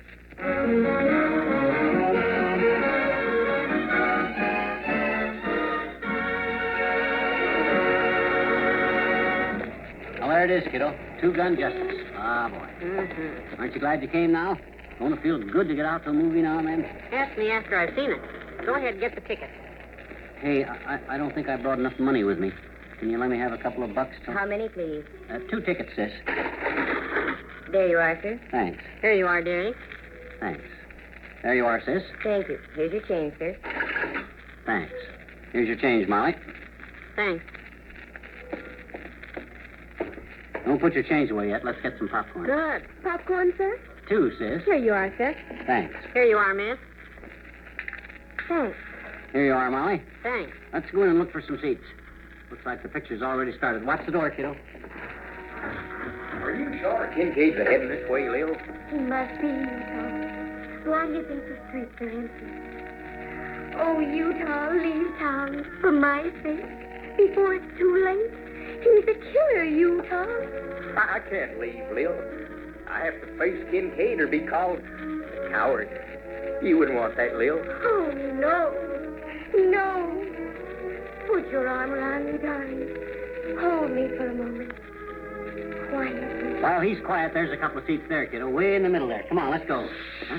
Oh, I'm sorry. You see him, Molly? No, it's so dark in here. Hang on to me. I'll lead you. We're coming through, please. Excuse me. Excuse me. Excuse me. Excuse me. Excuse me. Excuse me. Excuse me. There's only one seat in here. I wish things could be different, Lil, but I have got a job to do.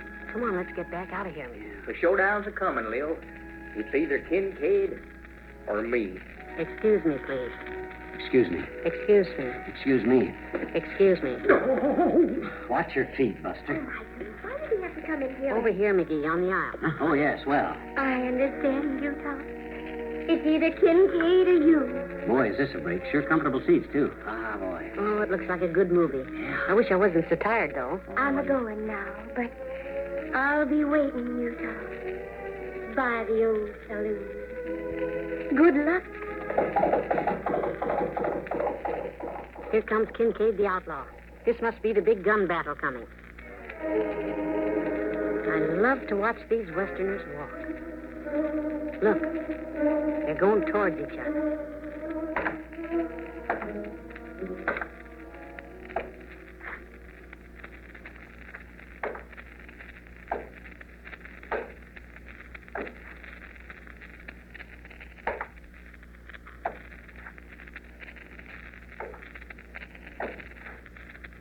Kincaid, free.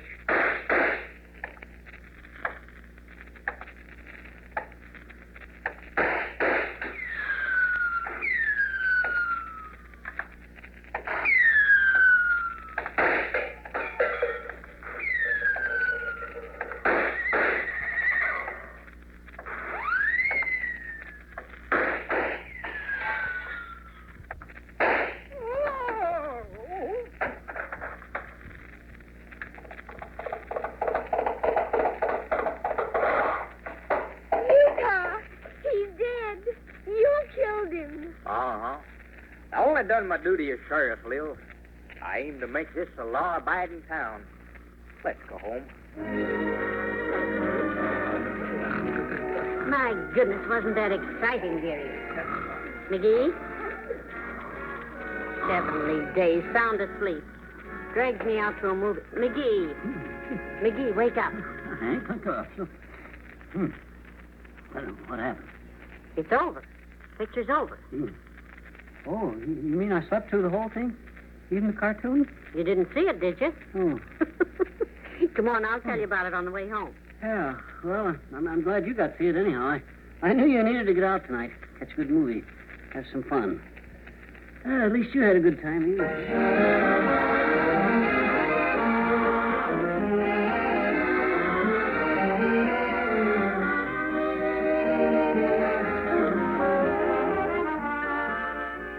Your friends have more to say to you presently. This is John Wall speaking, reminding you that people are funny every Tuesday night.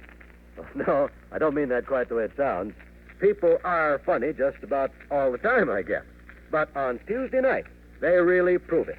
With that favorite audience participation program, People Are Funny, starring as the fun-loving MC of People Are Funny is the devilish Art Linkletter, who has another group of courageous contestants all ready to go Tuesday night. It's another laugh-provoking set of silly situations. It's all in fun, and there's plenty of it. Listen for People Are Funny, starring Art Linkletter every Tuesday night. And speaking of Tuesday, don't forget that other NBC highlight, Dragnet, the exciting documented account of your police force in action, starring Jack Webb. Hear them every Tuesday night. People Are Funny, Dragnet. It's the best in evening entertainment on NBC.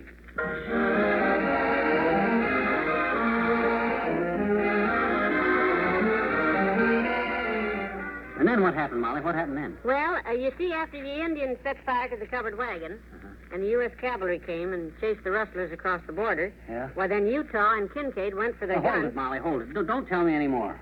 I'll go down there and see it all over again tomorrow night. That sounds terrific. Yeah, you do that. Yeah. Good night. Good night, all. Fibber, McGee, and Molly, a transcribed NBC Radio Network production, is brought to you Mondays through Fridays at this time.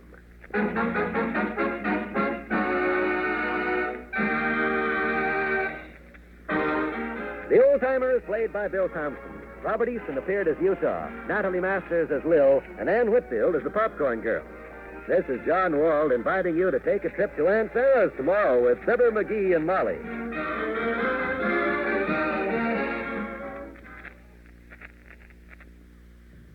Fibber, McGee, and Molly from June 27th of 1955. Jim and Mary and Jordan. Ann Whitfield, he said, was the Popcorn Girl. Ann Whitfield played one of the two daughters of Phil Harris and Alice Faye on that show. So, see, the girls grew up. They got a job in the show as a popcorn lady.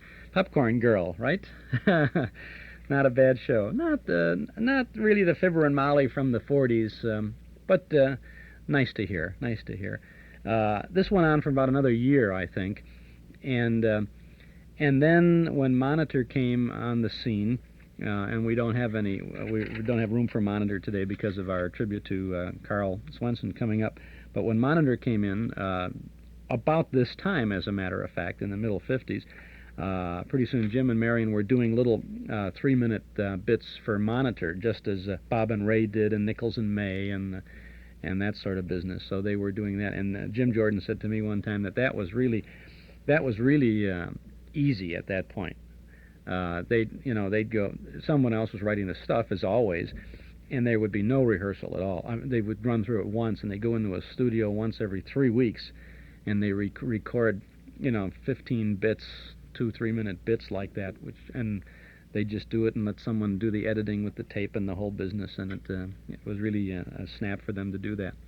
And then Molly died in 1960, and Jim is still going strong. In fact, if you watch the television show this week, I think it was last night, Flying High is on. It's a story about the stewardesses. Jim Jordan made a kind of a guest appearance on that show last night. We were out and we came in, and our kids were saying, "Hey, Dad, Jim Jordan is on this show." We watched and just saw a little bit of him. Sure enough, Jim is there. Now, Jim is about 82 years old now, and he did a nice little guest appearance on there. You know what it's come to, though? Here he is, and in the show, he's an old man on the airplane, and he pinches one of the stewardesses right in the aisle, The Squire of Wistful Vista. Can you believe that? There he is. I'm sorry I didn't get to see the whole show. Should have taped that one. And Jim had made a guest appearance a few years ago on Chico and the Man, on one of those shows. That we do have on videotape. That we got. Fibber McGee and Molly. We'll have another program from radio in the fabulous 50s coming up in just a couple of minutes. We have X-1 for you from 1956. Would like to invite you again to subscribe to our Nostalgia newsletter and radio guide. There is really the best portrait of Edgar Bergen and Charlie McCarthy on the cover of our newsletter for November. And, of course, the cover is just the beginning of all the good reading and fun and information that you'll find in our publication. Articles from and about the past, plus the complete listing of our Saturday afternoon Those Were the Days broadcast schedule. It's all there, and it's all yours for only $7 for a full-year subscription, 10 big issues. So subscribe now at 545-2260. We'll begin your subscription with the November issue, which is now back from the printers and is being addressed, and which will be out to you by the end of next week.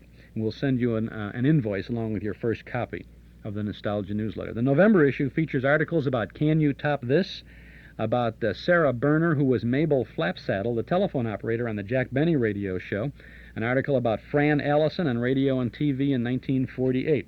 So call us at 545-2260 to subscribe. There's a good article about Dr. I.Q., the mental banker, and one about Edward G. Robinson. That's Mark Nelson's Film Clips column for this month. And there's more. We have some nice letters to the editor from our readers, some of whom have some nice memories to share with us. And, of course, news about our Saturday night memory movies at Northwest Federal, and the complete lineup of our Saturday afternoon shows here on WNIB. We give you information about each show we broadcast, including the names of the stars and other cast members, original broadcast dates, network information, even the times of each segment we present, if you're taping the shows for your own collection. So subscribe now. Get a year's worth of fun and information about the good old days. Just $7, and you can subscribe when you call us here at our studio right now at 545-2260. If you like, you can send $7 to Nostalgia Newsletter, Box 421, Morton Grove, 60053. But why not make it easier on yourself? Just call us now at 545-2260.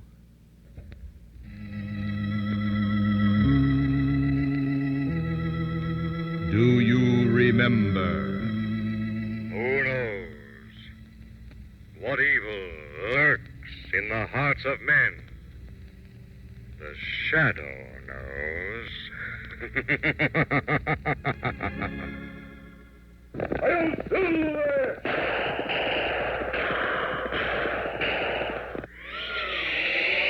Up in the sky! Look! It's a giant bird! It's a plane! It's Superman! The golden days of radio, brought back once more by Mark 56 Records. What wonderful memories. Relive them again with The Shadow, The Lone Ranger, The Green Hornet, Burns and Allen. You can buy these and over 100 other original radio broadcasts on Mark 56 LP records. A gift for remembering. Major Bowes, Tarzan, The Whistler, Frankenstein, Orson Welles, Dracula.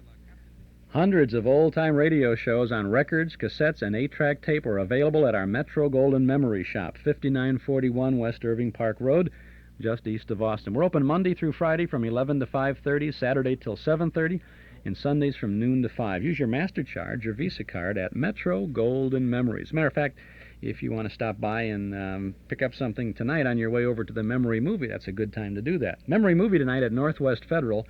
Northwest Federal is about 10 blocks east of our MGM shop. Northwest Federal's Community Center Auditorium is at 4901 West Irving Park Road. So you could stop by at the shop near Austin and Irving and then go on over to Northwest and see the movie. Tonight our film is from 1939 and it stars Deanna Durbin in the movie called First Love with Robert Stack, Helen Parrish, Eugene Paulette, Leatrice Joy, and Frank Jenks. Deanna gets her first screen kiss. It's a very charming picture. Zelda Eisenstein, who is the Chicago's resident expert and fan of Deanna Durbin, is going to be there to introduce the film and talk a little bit about the movie. And I think you will enjoy seeing a delightful screen musical comedy. Deanna Durbin starring in First Love. Tonight at 8 o'clock at the Memory Movie at Northwest Federal on Irving Park Road. Doors open at 7:30.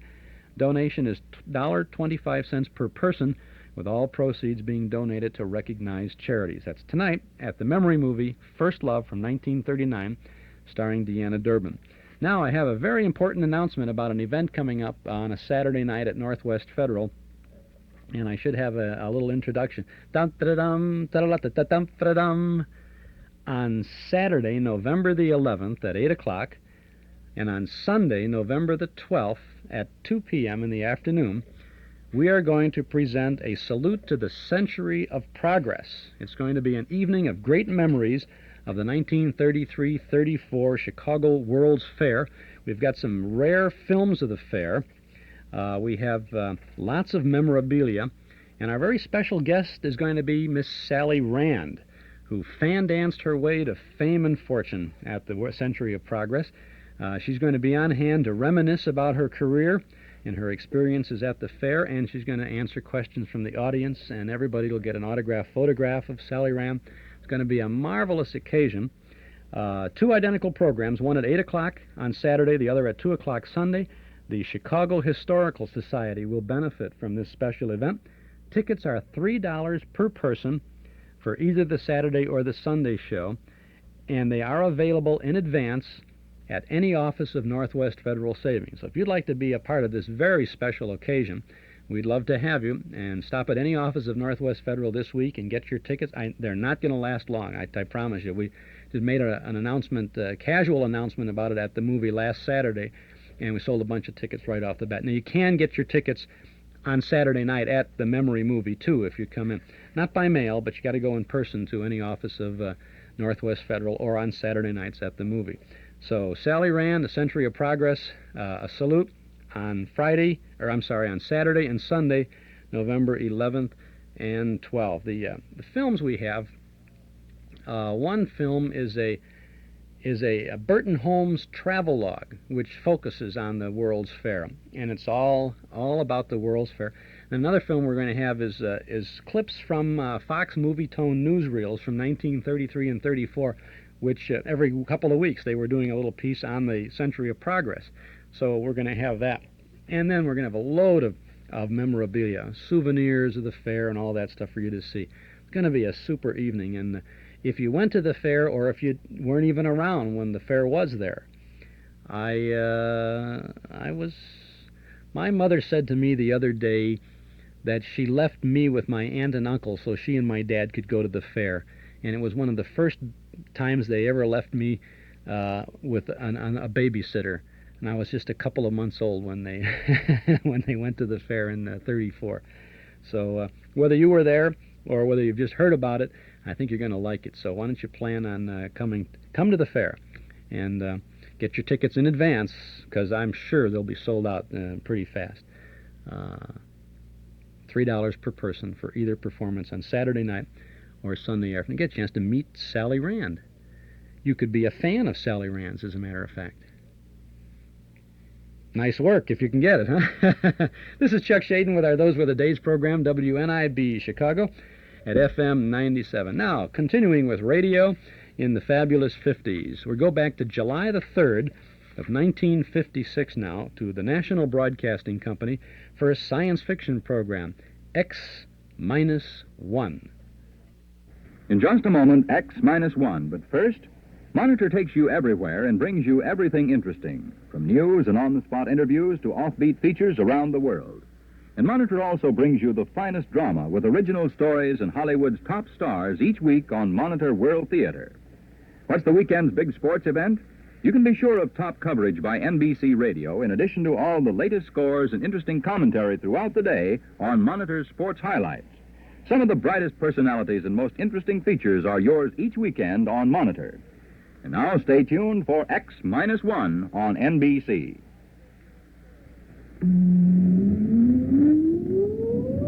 Countdown for blast off.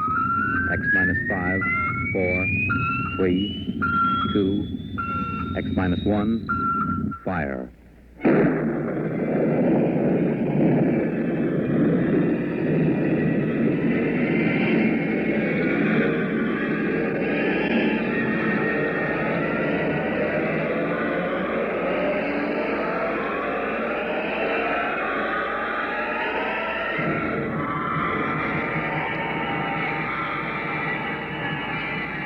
From the far horizons of the unknown come transcribed tales of new dimensions in time and space.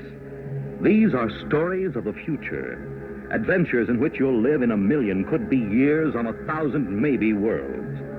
The National Broadcasting Company, in cooperation with Galaxy Science Fiction Magazine, presents X-1.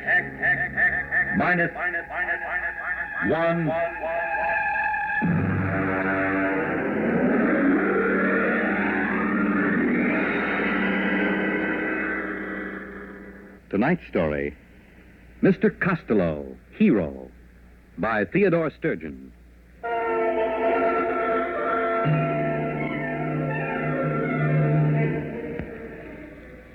It began the day the skipper called me into his cabin. I'd been a purser aboard the spaceship Star Climber for almost 12 years, and I'd never yet been asked to Iron Man's cabin. But then a lot of strange things had been happening on this trip to Borengwen. Come in. Oh. Sit down, purser. I said sit down. Yes, sir. All right. Here's a deck of cards. Deal. Sir? I said deal. 5-card draw. Go on, man. Yes, sir. Well? 3 of a kind, sir. You didn't draw. I beg your pardon? When you play draw poker, you're supposed to draw. If you don't draw, you're supposed to give your opponent a chance to draw. Now, mister, did you ask me to draw? Well, we haven't been playing that way recently. Who changed the rules? I don't know. Uh-huh. Let me ask you something else.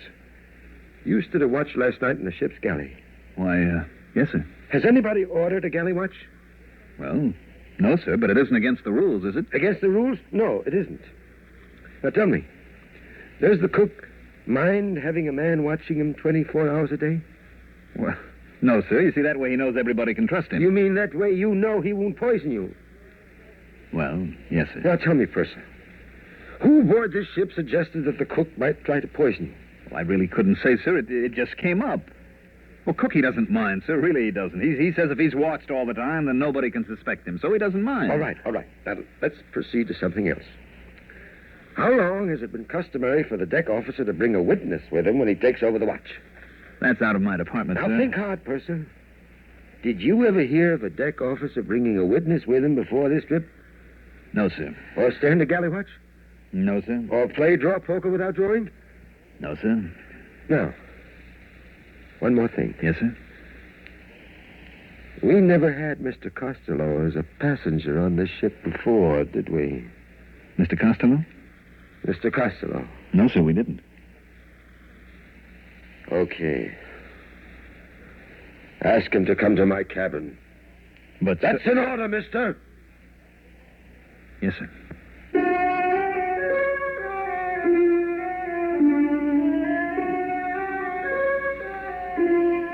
Let me tell you about Mr. Costello.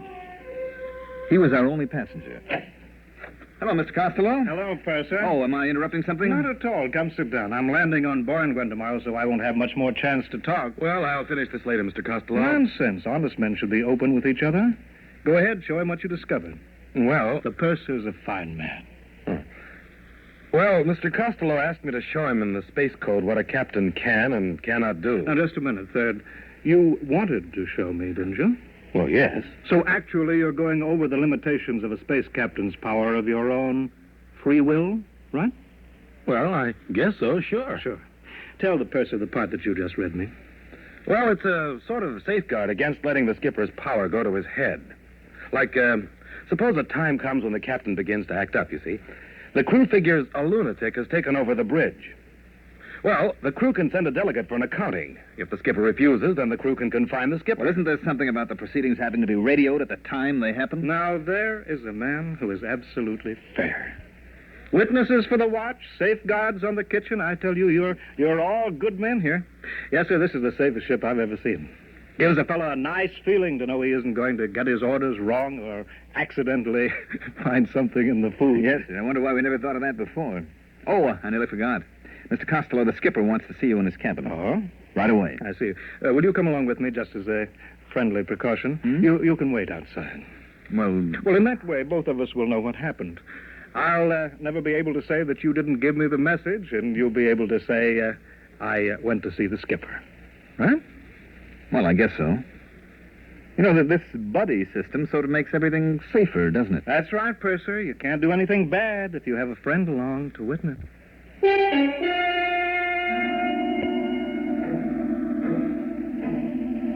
Mr. Costello and I went to the captain's cabin, and I waited outside. After a while, I could hear them shouting. That is, I could hear the captain shouting. Mr. Costello never raised his voice. And let me tell you, Mr. Costello, that if my crew questions my sanity, they have legal recourse. But you can be sure that meanwhile, if a single man aboard questions my authority, he will learn that I am master of the ship, even if he must learn it at the point of a gun. Now, sir, get out. Wow. You okay, Mr. Costello? Yes, I'm fine. Did you hear anything? Well, yes, I did. Would you remember what you heard? I think so. Let's see. You see this little gadget, no bigger than a pocket watch? Yes, sir. What is it? Listen, I'll open it. If a single man aboard questions my authority, he will learn that I am master of the ship, even if he must learn it at the point of a gun. Whose voice is that? Why, it's the captain. Good man. But how... That's simple. You see, this little pin that I wear on my lapel here? This is a microphone. This watch is a magnetic recorder. I just use it as a toy, of course. Well, I'll be darned. You see, Purser, I'm a collector. What do I collect? Voices. Voices anywhere, anybody, anytime. Listen.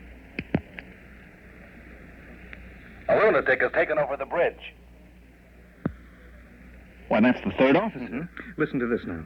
I better not, Mr. Costello. I wouldn't want you thinking I take bribes from passengers. Recognize it? Why, that's my voice. Exactly. The time you brought me the special radio message from Earth Central. And you offered me a blue gemstone, and I said... Hey, listen to this. I take bribes from passengers. Well, if that isn't the end... Cute, huh? Well, I guess I'll get back to my cabin and pack. When do we arrive at Borngwen? 6 tomorrow morning. Oh, good. By the way, I'd like you to come see me when you put in there again. Well, that's very nice, sir, but you're an important man, and I'm just... Nonsense. I insist that you visit me. Well, that's real nice. Oh, by the way, what's the major trade on Borngwen? Glunker.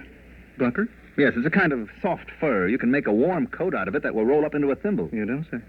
And the Glunker trade, that's carried out by trappers? Mostly. Mm-hmm. They work alone and bring in the pelts. I see. They spend a lot of time alone, huh? That's right. You know, sometimes I envy them. I mean, working on a ship, you're almost never alone, and the way I see it, a man needs to be alone sometimes. Correction. Only I repeat, only if he has something to hide. Otherwise, to be alone is antisocial and evil. We put in at Boringwin the following morning. I stood at the ramp of the ship and checked out the supplies and checked in the glunker pelts that we were taking back to Earth. The Boringwin people were a nice, independent, easygoing bunch.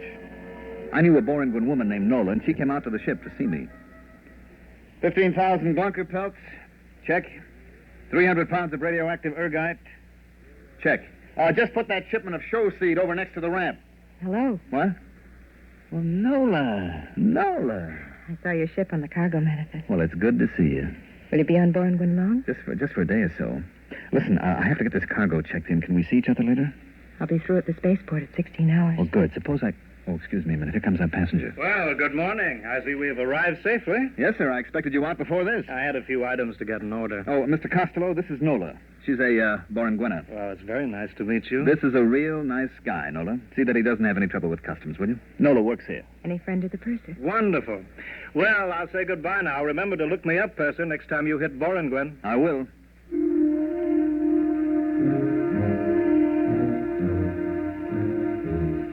He gave me that big, warm handshake of his and clapped his arm on my shoulder. Gave you a good feeling to know that a big shot like Mr. Costello really liked you. I got the rest of the cargo checked in. Took maybe 3 hours. Then I was about to go in and ask the skipper for leave when a couple of guys with Space Bureau credentials came aboard. All right, that's it, boys. Close the hatches. Excuse me. Yes? Space Bureau. Is Captain Iverson aboard? Why, yes. You're the purser, huh? That's right. Something wrong? Would you mind answering a couple of questions? Not at all. Has the captain been behaving strangely this trip? Well, not strangely, exactly. Anything unusual? Well, no. He called me in for a card game. Mm-hmm. Does that happen often? No, never happened before. Was he upset? Yes, I guess he was. Okay. This gentleman would like you to answer a few simple questions. Meanwhile, I'll look up the skipper.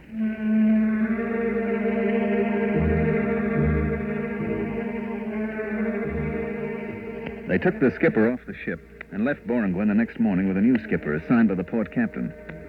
There was a rumor later that old Iron Man had been court-martialed or something. Nobody knew for certain. We made the rounds after that. Sigma, Nightingale, Carano, all the planets in the fourth system.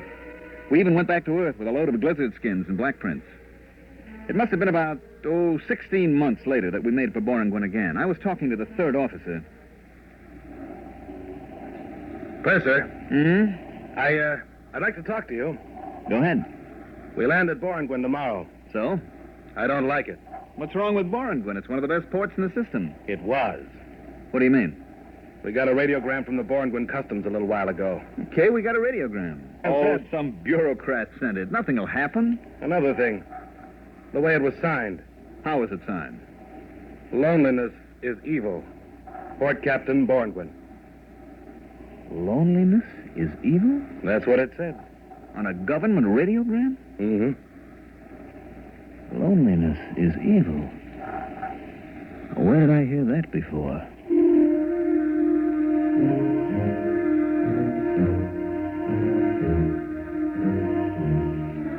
Well, we touched down on Boringwin at 1200 hours. What a change. The spaceport was deserted. The only people who came aboard were 2 agents from Customs. They censored our tapes and checked our written literature. I finally started a conversation with them. Excuse me, sir? Yeah? There is a Boringwina named Nola that used to work in Customs. I wonder if she's still there. I wouldn't know. Well, the reason I asked, she usually meets my ship when it comes in. Yeah, I see. Well, maybe I'll look her up. She has an apartment on R Street. She won't be living there. Try Central Barracks. Central Barracks? That big warehouse near the spaceport. I thought they stored the glunker furs there. They don't use the warehouses to store things anymore. No? They need them for the people. The people? You haven't been on Boringwin since the Brotherhood movement? I haven't been here for 16 months. Well, you'll find that the people have moved into the warehouses now. Well, what about the apartments? What about the homes? They're used only for storage space. I don't get it. Look, we haven't got time to explain now. My partner and I have to get back to Central Control. Well, maybe I'll go to try and find Nola. Better take a companion. What for? They don't like soloists on Borngwen. Since when? Since Brotherhood. No ladder has a single rung, you know. So what? It takes 100 pair of hands to build a house.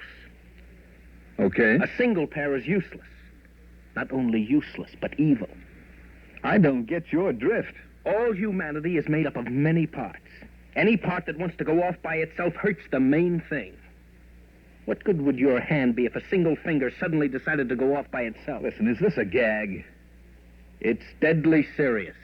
Well, suppose I want to go off by myself. We'll help you. And suppose I don't want to be helped. Then you're a trapper, a glunker. You'll be sent into the bush country where the other soloists are sent. Holy smokes, this place has gone mad. Are you coming with us? Look, just suppose that I want to walk across the field to the warehouse by myself, all alone. You can try. But you won't get 2 steps before they pick you up. Take our advice. Get a companion.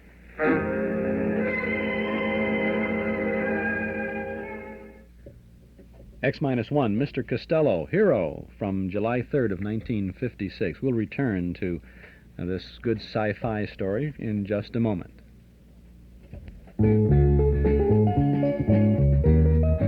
Now, Northwest Federal Savings has 2 new ways to help you get more for your savings dollar. There's our high-interest 8% 8-year savings certificate and our T-Market certificate. The 8-year savings certificate pays 8% annual interest on deposits of $1,000 or more. Compounded daily, it has an effective yield of 8.45%. Another new way to save is our T-Market certificate. It's a 6-month savings certificate for investments of $10,000 or more, with interest 1/4% higher than the latest average weekly auction yield of 6-month Treasury bills. That's 1/4% more than banks can pay on similar investments. There are no extra fees or service charges. Federal regulations require a substantial penalty for early withdrawal. See a savings counselor at any Northwest Federal Savings Center for more information about our 2 new ways to save. It's Northwest Federal Savings Time, 63 hours a week. This is Chuck Shaden with our Those Were the Days program. A salute this afternoon to radio in the fabulous 50s on WNIB Chicago, FM 97. Now let's return to X-1.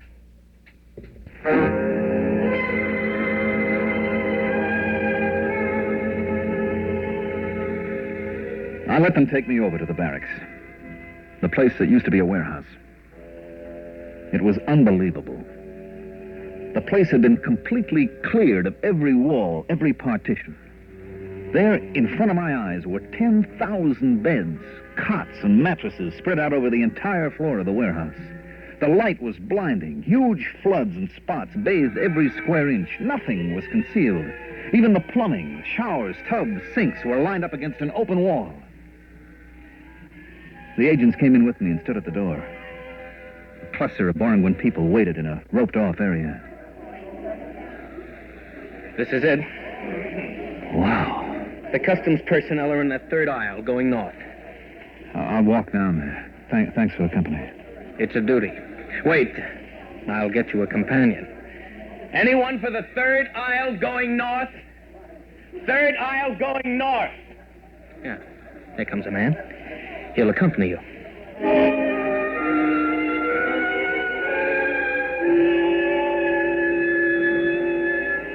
A small, frightened-looking man detached himself from the waiting group and went with me up the aisle of the warehouse.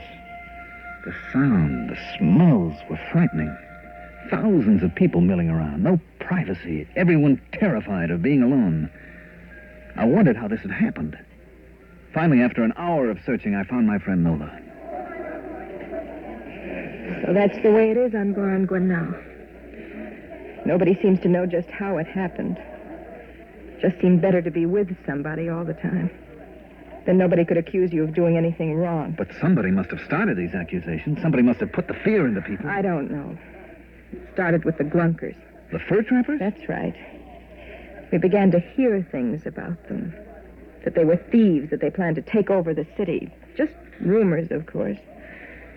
And pretty soon, if you didn't like somebody, you called him a glunker. Then there were signs. No glunkers allowed. You know? Oh, I saw some. We began to hear about it on the televisor, and pretty soon they appointed a committee to investigate and find out if there was any truth to the rumors about the glunkers. It was headed by Mr. Costello. Costello?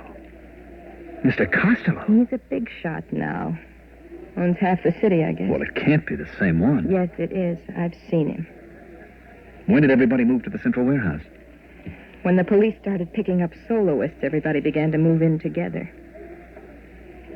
Didn't take long. That's the strange thing. How little time it took.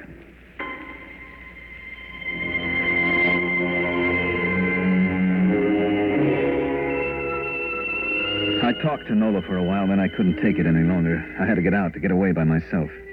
I found somebody who was going toward the exit, and after a while, we were standing outside the warehouse entrance. I'm going south. I'm going north to the spaceport. Oh. Tell me, does anybody travel alone? Sometimes we take a chance on it. I guess I'll have to take a chance right now. I'll be late for my job if somebody doesn't come along soon. Where do you work? That orange building right across the street. Would you like me to walk with you? Oh, you'll just get stranded there. I'll make a run for it. The street looks clear. Well, thanks for the company. Not at all. So long. Hey, mister, look out, that car. Look out! Why, you... Is he dead? Yes, sir. That was deliberate. I saw you. Hello, Purser. What's Mr. Costello? Yes, I'm sorry about the accident. My chauffeur was... He tried to run away. That's what happens to soloists. If he'd had a companion to warn him, to thrust him out of the way. You understand that, don't you, Purser? I don't know. Climb into the car. You can't go wandering about Borington alone. Well, Police will take care of the body. It's all right. Okay, if you say so, Mr. Costello. Drive to the spaceport. Yes, sir. Well, what do you think of our little planet? Well... I knew you'd like it. Just think of it, Purser. All humankind, a single unit. Yes, this is a people that has found the truth. It awes me. Makes me humble. Speak up, man. I'm your friend. Well, I was going to say, I'm not sure I like it. Well, take your time. Nobody has to make a man see the truth. Is that right? Well... That's right, isn't it? Yes, I guess it is. Fine. Yes, only the trappers refuse to see the truth. Are they really dangerous? Dangerous? They go out and spend weeks alone by themselves, don't they? Alone with their own evil thoughts. Evil thoughts? We all have them, you know. Even you. For example, you remember this? Well, Well, this should refresh your mind. Listen to this. I take bribes from passengers. Your voice, Purser, and a very evil thought, too. But that isn't what I said. That's what's on the tape, Purser. Now, then, I wouldn't use it against you, of course.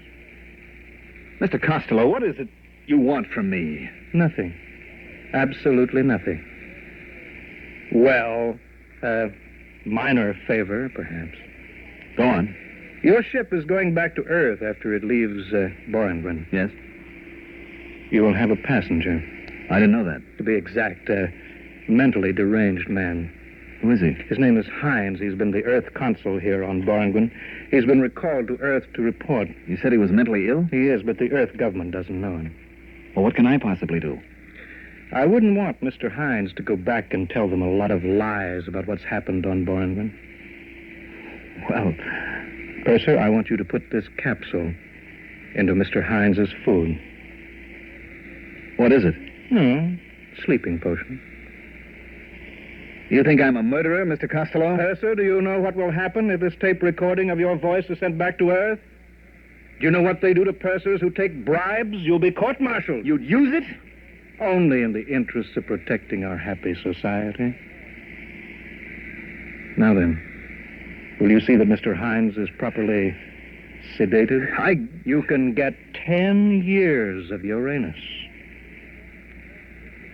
Well, Purser? Give me the capsule. Good. Ride over to the ship, driver.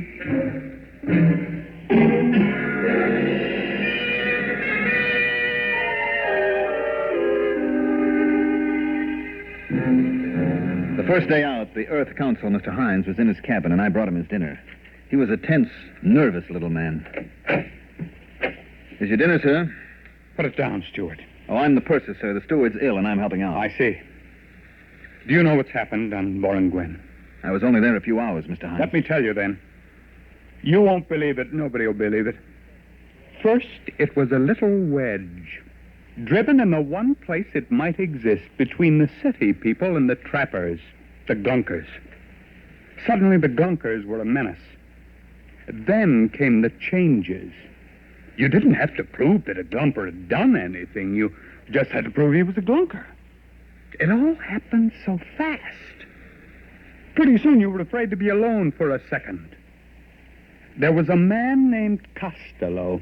He came from Earth. I know him. You know him? He went to Boranguen on this ship. Then you must be the one. The one? Which one? Who testified against your captain for the court-martial. What? There was a tape recording, your voice and the voice of the third officer. Costello had them. He used them to send the skipper to Uranus? I didn't know. You must have known. What's happened to us? What's happened? What?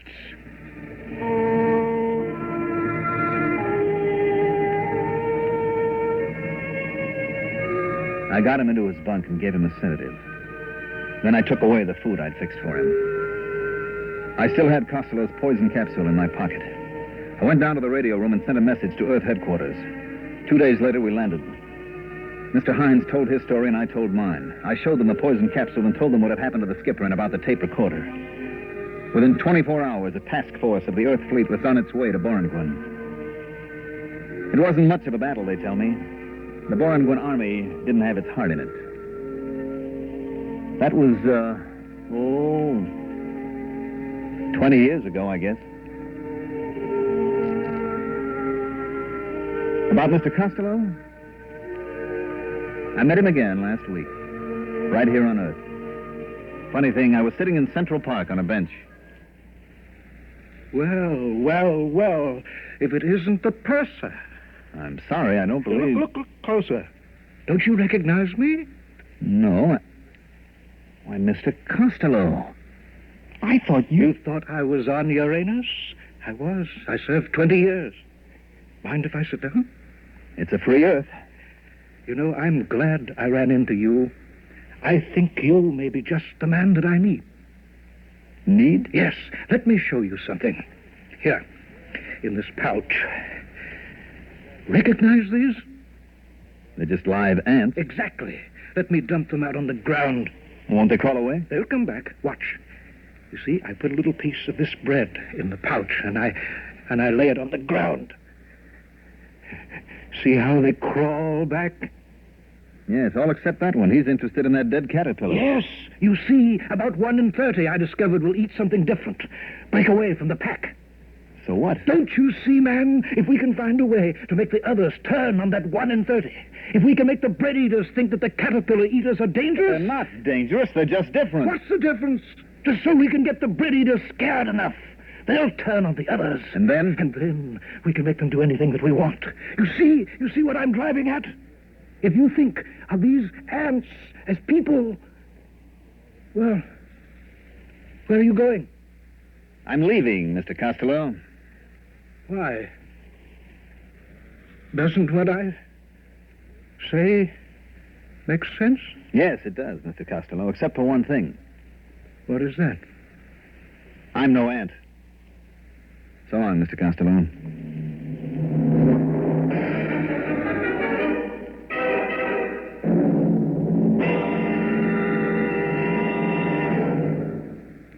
You have just heard X-1, presented by the National Broadcasting Company in cooperation with Galaxy Science Fiction Magazine, which this month features The Claustrophile, an unusual story by Theodore Sturgeon, which turns common sense completely around and plumps it down squarely on its feet. Galaxy Magazine, on your newsstand today. Tonight, by transcription, X-1 has brought you Mr. Costello, Hero, a story from the pages of Galaxy written by Theodore Sturgeon and adapted for radio by George Lefferts.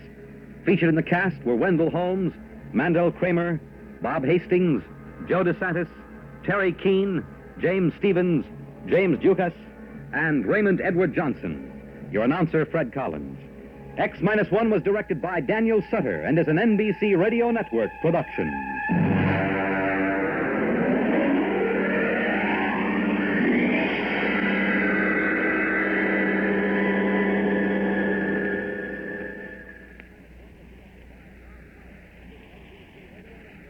Follow the news with Chet Huntley tonight on NBC Radio.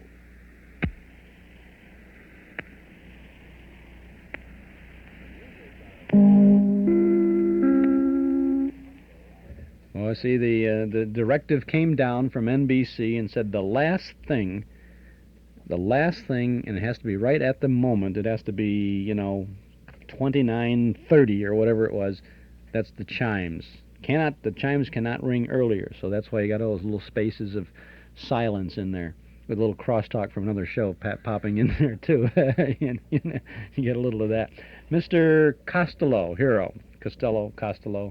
on X-1 from July 3rd of 1956. And that pretty much is our look at radio in the fabulous 50s. Now, don't touch that dial because we have really a very nice taped conversation for you that we had back in 1975 with Carl Swenson and his wife, Joan Tompkins. Carl Swenson died on the 10th of this month, and actually died on the 8th of October, and we wanted to spend some time this afternoon paying tribute to him because he certainly did a yeoman service for radio in the good old days, being on a great many radio shows. And we've got a couple of those shows that he was on, too, Argyle Sunday and Lorenzo Jones, two of the premier shows that he participated in. And, well, I'll talk about the interview in a minute or so. I think you will really enjoy listening to that, and the shows that we have, too. Over the years, we've had quite a few requests for special tape recordings of the programs that we broadcast on the air. Someone calls up and says, my tape recorder wasn't working today, and I really wanted to get a copy of that show. Can you do it for me? Or someone will call and say, I was supposed to record this for my husband, and I missed it, and I'm going to, get hung if I don't get a copy. What can I do? Or someone says, gee, I really like that show. Is a copy of it available? I didn't even think about taping it, or I don't want to tape things, and I'd like to get a copy of that. It's been difficult for us to do that over the years, but lately we've made arrangements with one of our engineers to provide this service for you. So if you are interested in getting a copy of any of the programs that we broadcast on Saturday afternoon, and people have called and said, well, can you go back 2 years on something I remember? We'll go back 8 years if you want. Anything we've ever broadcast, if we have it, and we do have it, we'll be happy to make a copy of it for you. It's a custom recording for you on top quality tape, and it'll be made from our broadcast master. So if you didn't get your copy off the air, and we encourage you to get your copies off the air for your own collection, we'll be glad to make one up for you. Just let us know the show that you want and all the information you can give us about the show. For example, if you want a Life of Riley broadcast, tell us the date of the original show, if we gave it, the subject matter, and you might have that, and the date that we broadcast it. That really helps us, the date that we broadcast it too. Well, give us that information, and then we'll be happy to accommodate you. The fee for this service is $6.50 per half-hour program, and you can send that amount to the Hall Closet, Box 421, Morton Grove, 60053. Give us the information about the show that you want, and then send your check for $6.50 per half-hour program to the Hall Closet, Box 421, Morton Grove, 60053. And if you want any additional information you may need about this service, don't hesitate. Give us a buzz here at our studio, 545-2260. We'll be glad to help you out on that. I'm Chuck Shaden. This is our Those Were the Days program from WNIB, Chicago FM 97. Here's a list of helpful hints that should aid you in determining when your rugs and carpets are soiled. And it's time to call Magicist. When geraniums start sprouting in the dining room shag, it's time to call Magicist. When there's a slight layer of dust on everything and your sugar is off-white, it's time to call Magicist. When the dog lies down on the living room carpet and sets off a raging dust storm, it's time to call Magicist. When your carpet contains so much soil the government pays you not to grow any crops, it's time to call Magicist. Now, none of these signs may be present, and your rugs and carpets may be less than clean. So call Magicist for pickup and delivery of rugs and draperies, or for in-home or in-office cleaning of carpeting and furniture. For a free quotation, Chicago phones 378-8600. Suburbs, see your phone book. Advertising managers, media buyers, and account execs ask Magicist about their spectacular signs. Special rates for nonprofit organizations, too. Call Magicist today for details. On October 8th of this year, Carl Swenson passed away. He was known to televiewers as Mr. Hanson in the television show The Little House on the Prairie, and ironically, that character, Mr. Hanson, died on the show. And the show in which he died played last week, I guess. So it was a very ironic coincidence that now maybe they were writing the character out of the series because Carl Swenson was ill. I don't know about that, but he and his wife, actress Joan Tompkins, were visiting family and friends in Connecticut when he was stricken. And a hospital spokesman there in Connecticut said that he passed away of natural causes. He was 70 years old. So he was known to televiewers for that particular role, and he had done a lot of television work. But he's known to radio fans, all of us, as Lorenzo Jones and Lord Henry Brinthorpe on the Argyle Sunday Show. In 1975, in August, we were out in California, in the Hollywood area, for a round of interviews, conversations, if you will, with some radio people for our broadcast.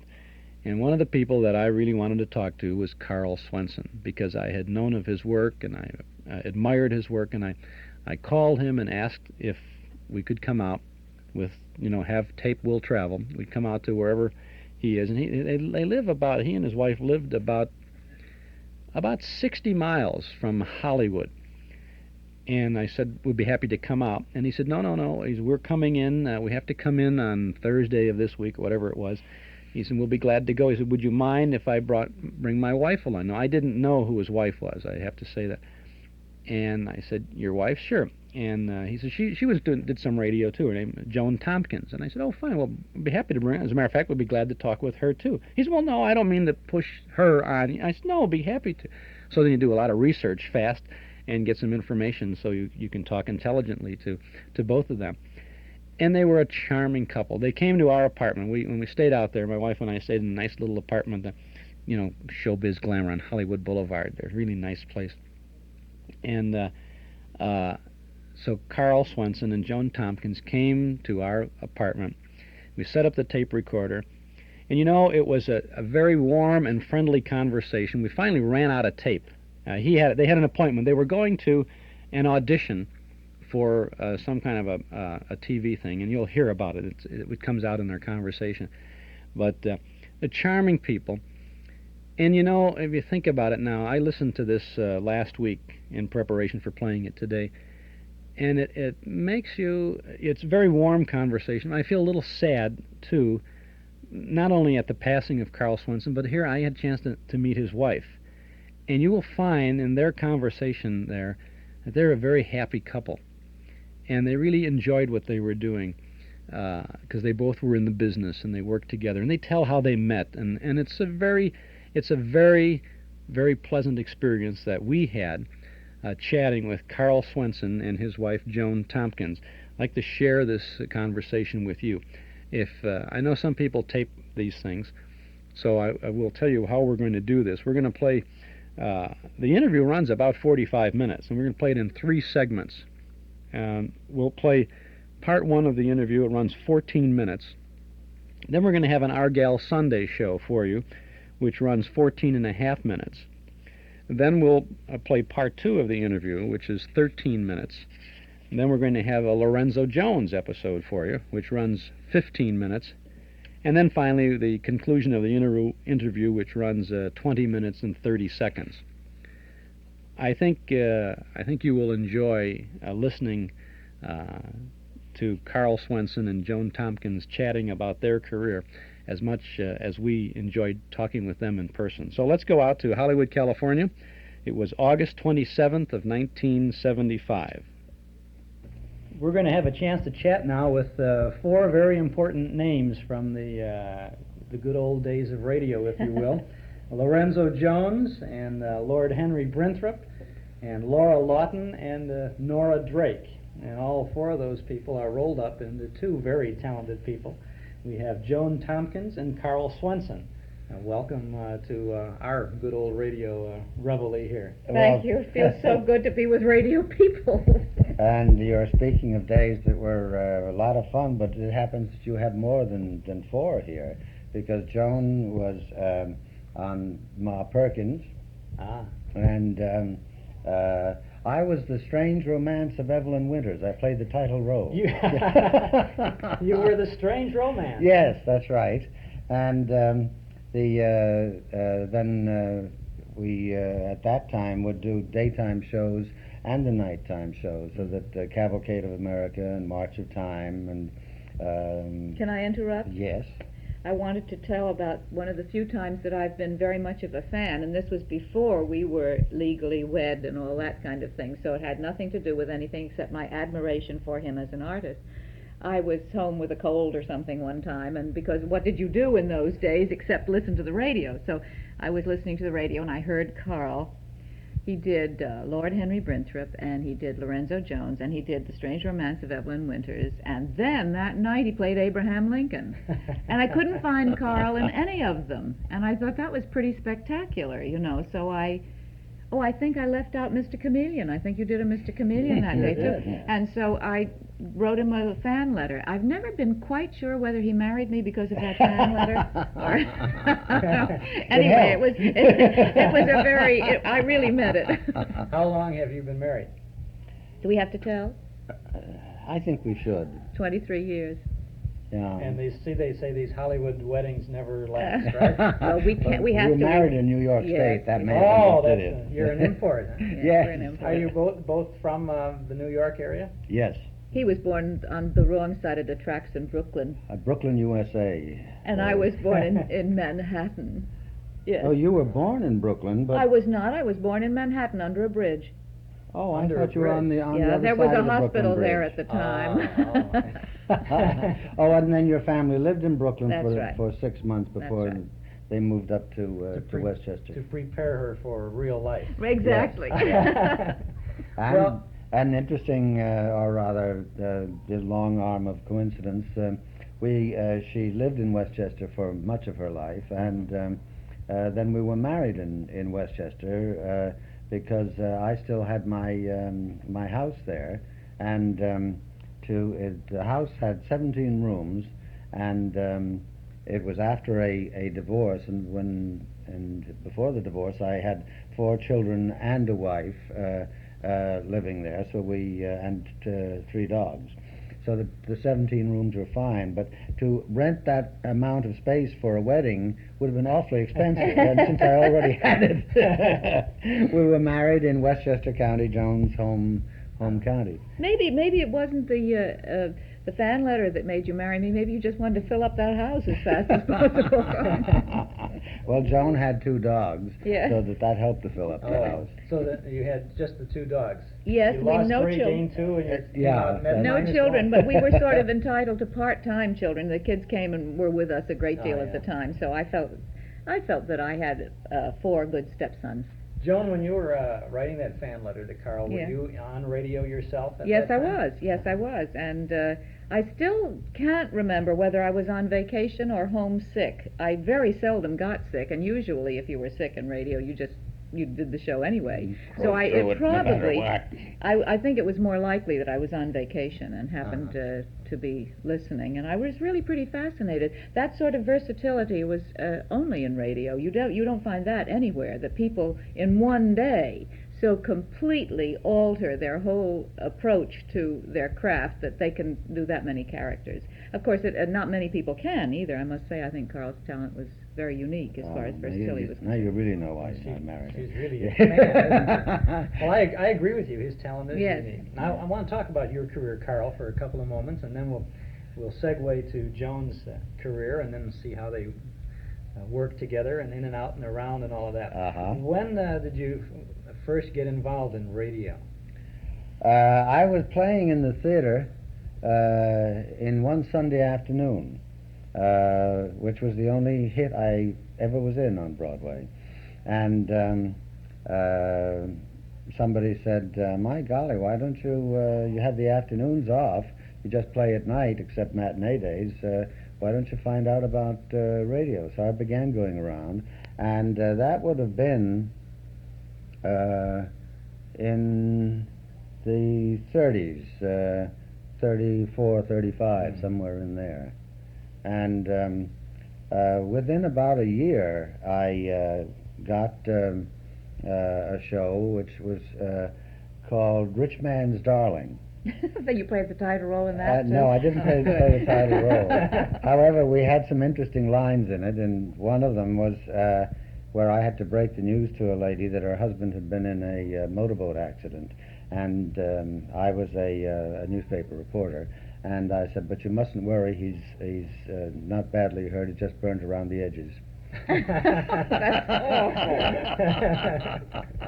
And that was followed by, or replaced by, it went off the air after the man was burned around the edges, and it was replaced by Argyle Sunday.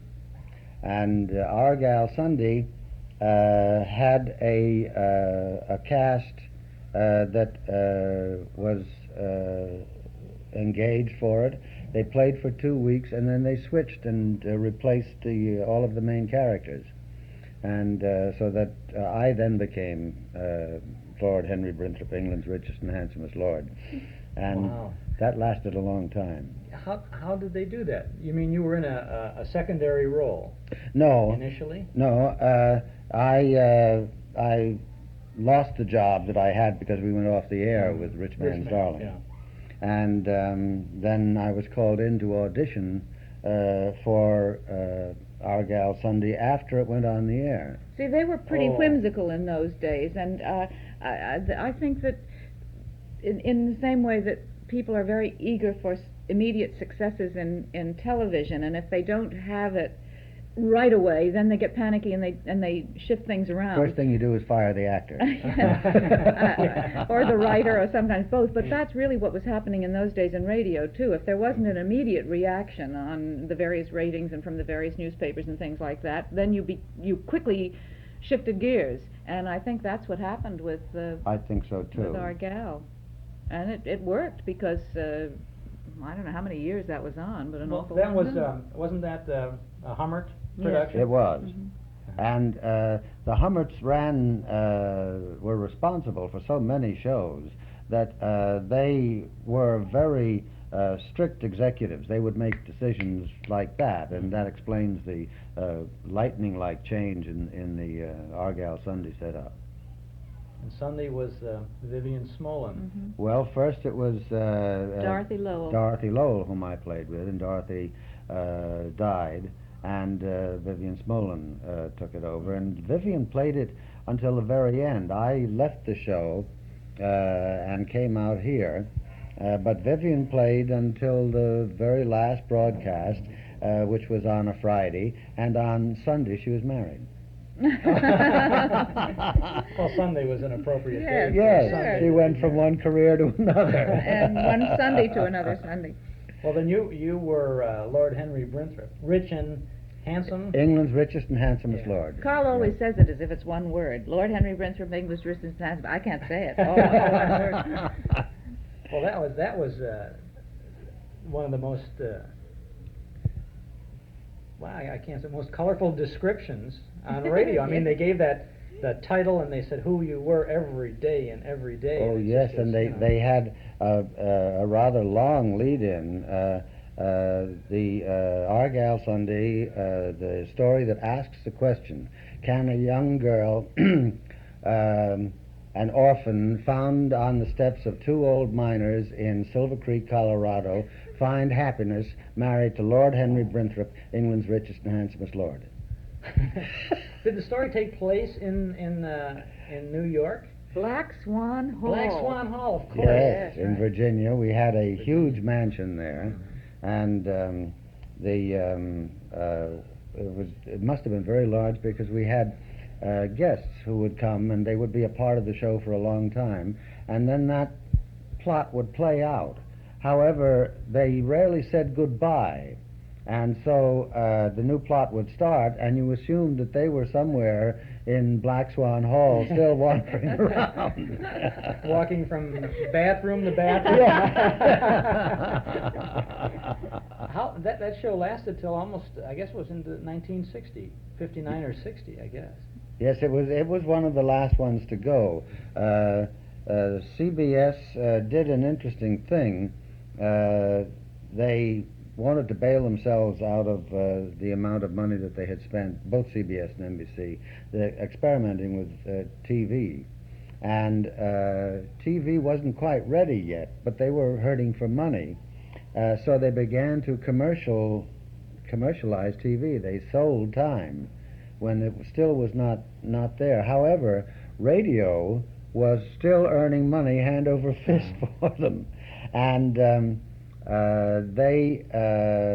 there was some discontent with the way it was working out for radio, and CBS bought up almost all of the shows they had playing on radio at that time, daytime shows, and they developed a system that was called the participation system.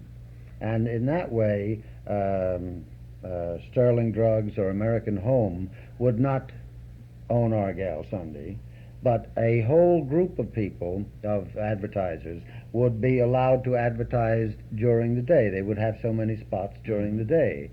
And CBS, controlling all of the shows, was able to give them a slot.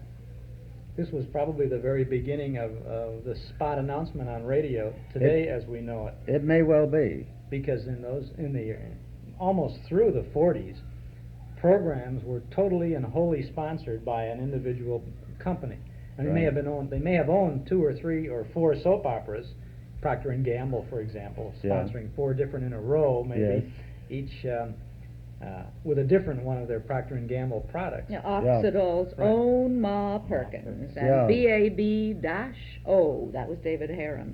Rinso White. And Rinso White. The bird singing. Yes, the Hummerts had a long and illustrious career in radio. Mr. Hummert developed the first serial show, radio show for.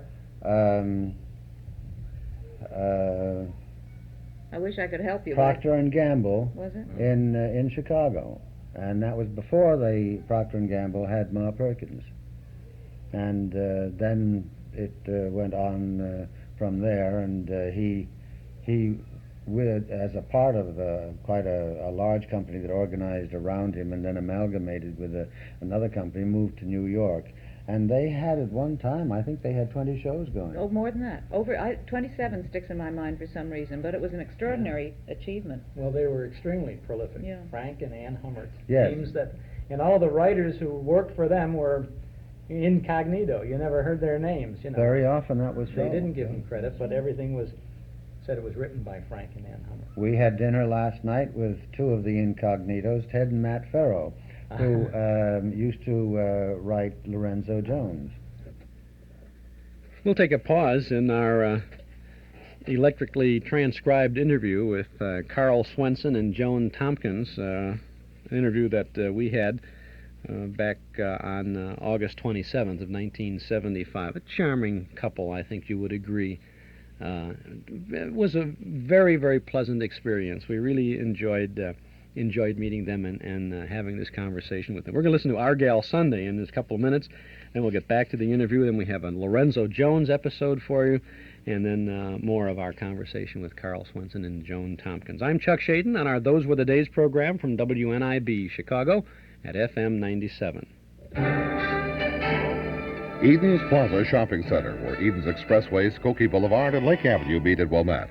Eden's Plaza Shopping Center, where convenience is important, and so are you. Eden's Plaza Shopping Center. Easy to reach, easy to park, easy to shop.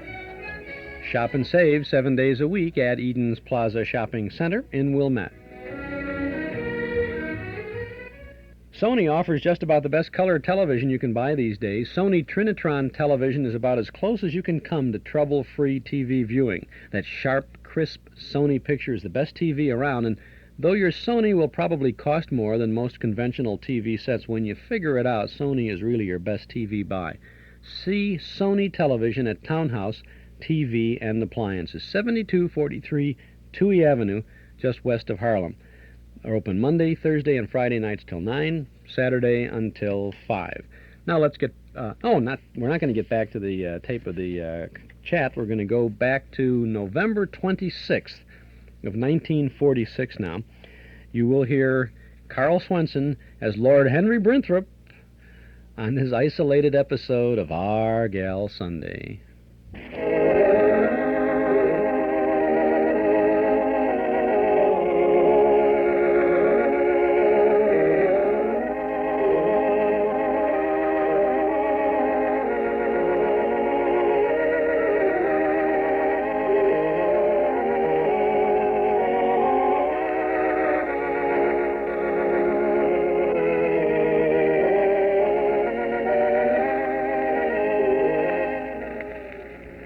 Once again, we present Our Gal Sunday, the story of an orphan girl named Sunday from the little mining town of Silver Creek, Colorado, who in young womanhood married England's richest, most handsome lord, Lord Henry Brinthorpe. The story that asks the question, can this girl from a little mining town in the West find happiness as the wife of a wealthy and titled Englishman?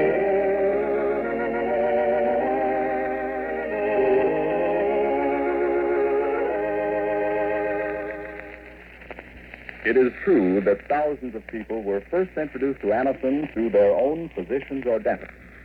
These people know how incredibly fast Anacin brings relief from the pain of headache, neuritis, and neuralgia. There's an important reason why Anacin relieves pain so promptly. It's the reason you'll want to remember when you suffer headache, neuritis, or neuralgia pain. Anacin is like a doctor's prescription. That is, it's composed of not just one, but a combination of medically proven ingredients in easy-to-take tablet form. Next time you suffer the sudden pain of headache, neuritis, or neuralgia, don't wait for relief. Try Anacin, and you'll be delighted with the incredibly fast, effective action. Use only as directed. If pain persists or is unusually severe, see your doctor. Ask for Anacin, spelled Anacin, at your drugstore today.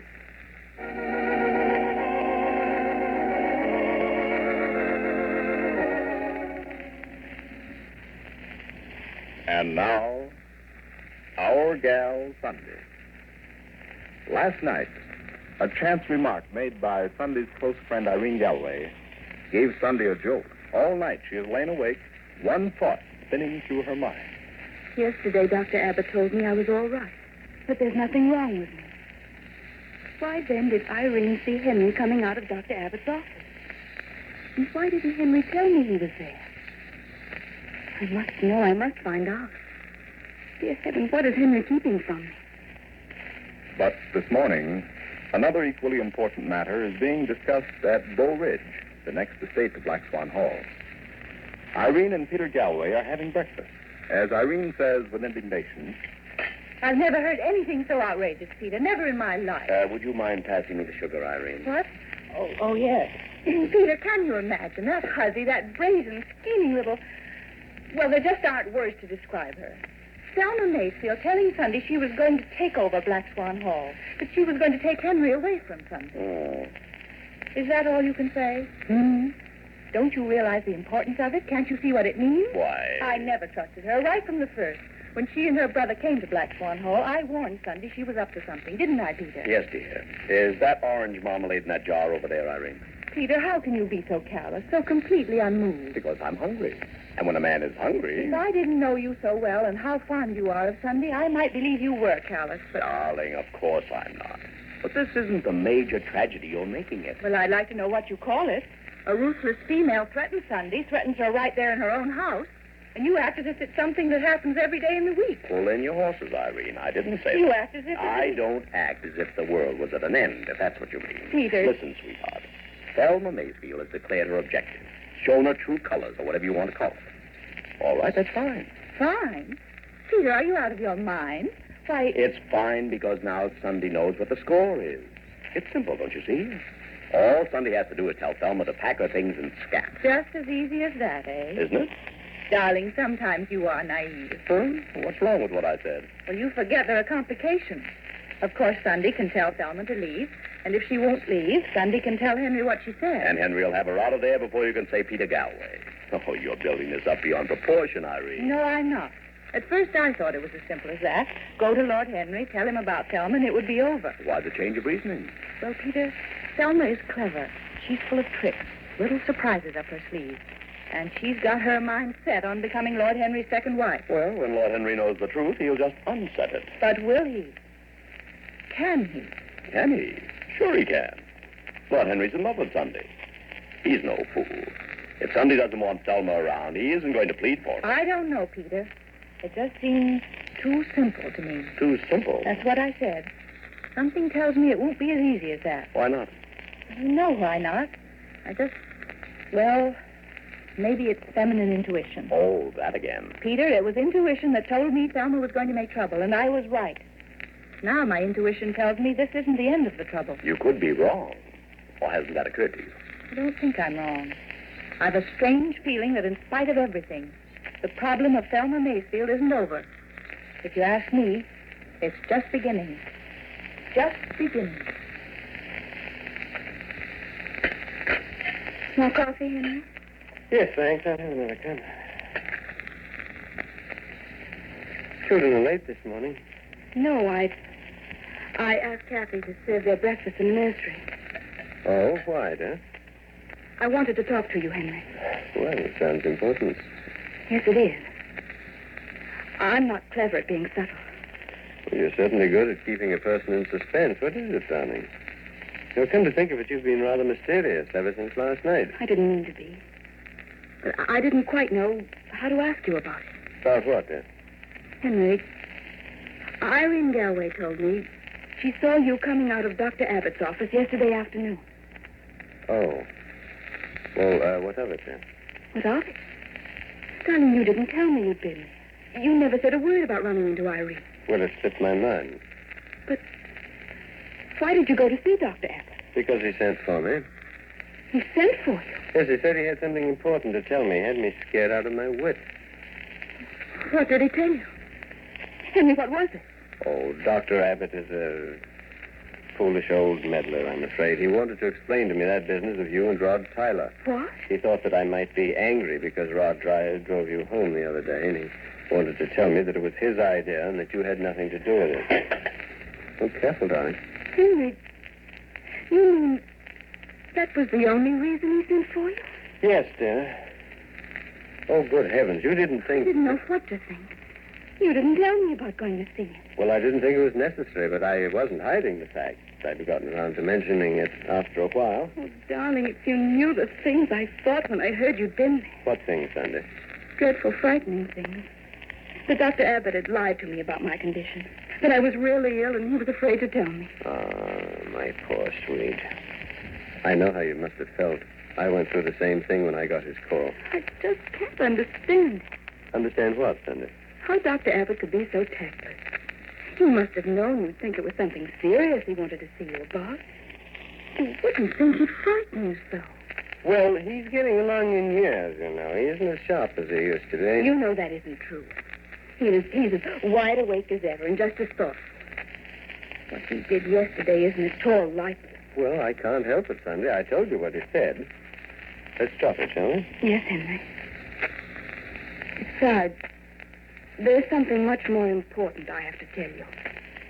It's a lot more difficult because it concerns Thelma. Thelma?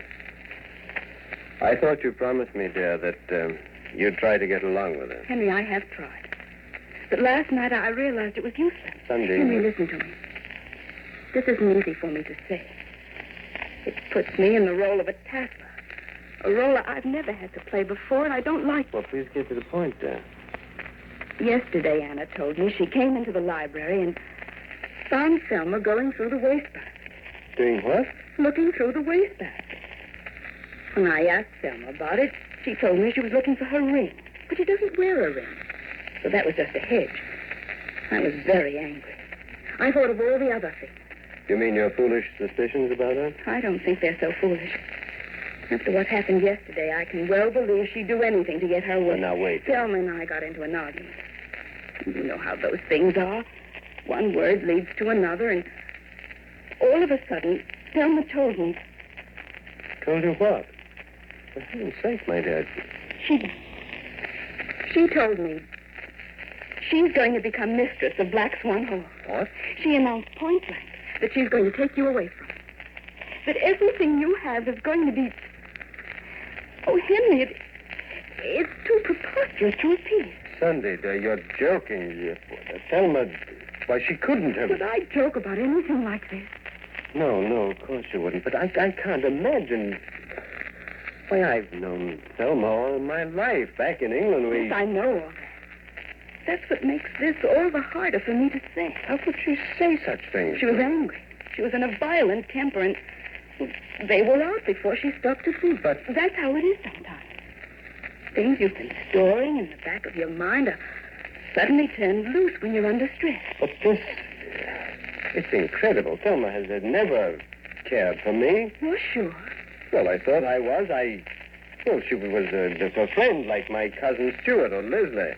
She was fun to be with. We rode together, played tennis together, took long walks. And you never guessed how she felt about you? Of course I didn't.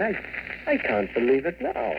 Henry, I didn't make it up. Well, Sunday, I know you didn't, dear. That wasn't what I meant. I just find it so startling, so completely astounding. Well, what did you tell her? I asked her to leave the library. I didn't trust myself to say anything. Oh, you poor darling.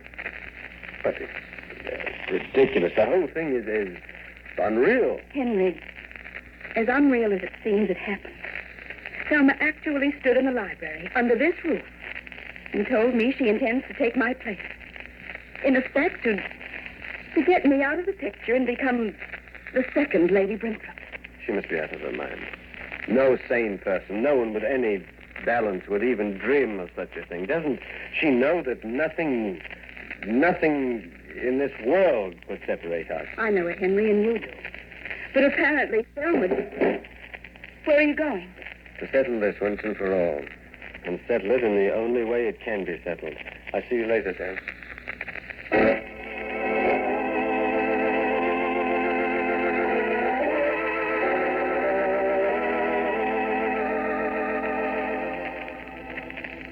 Lord Henry is grim and determined.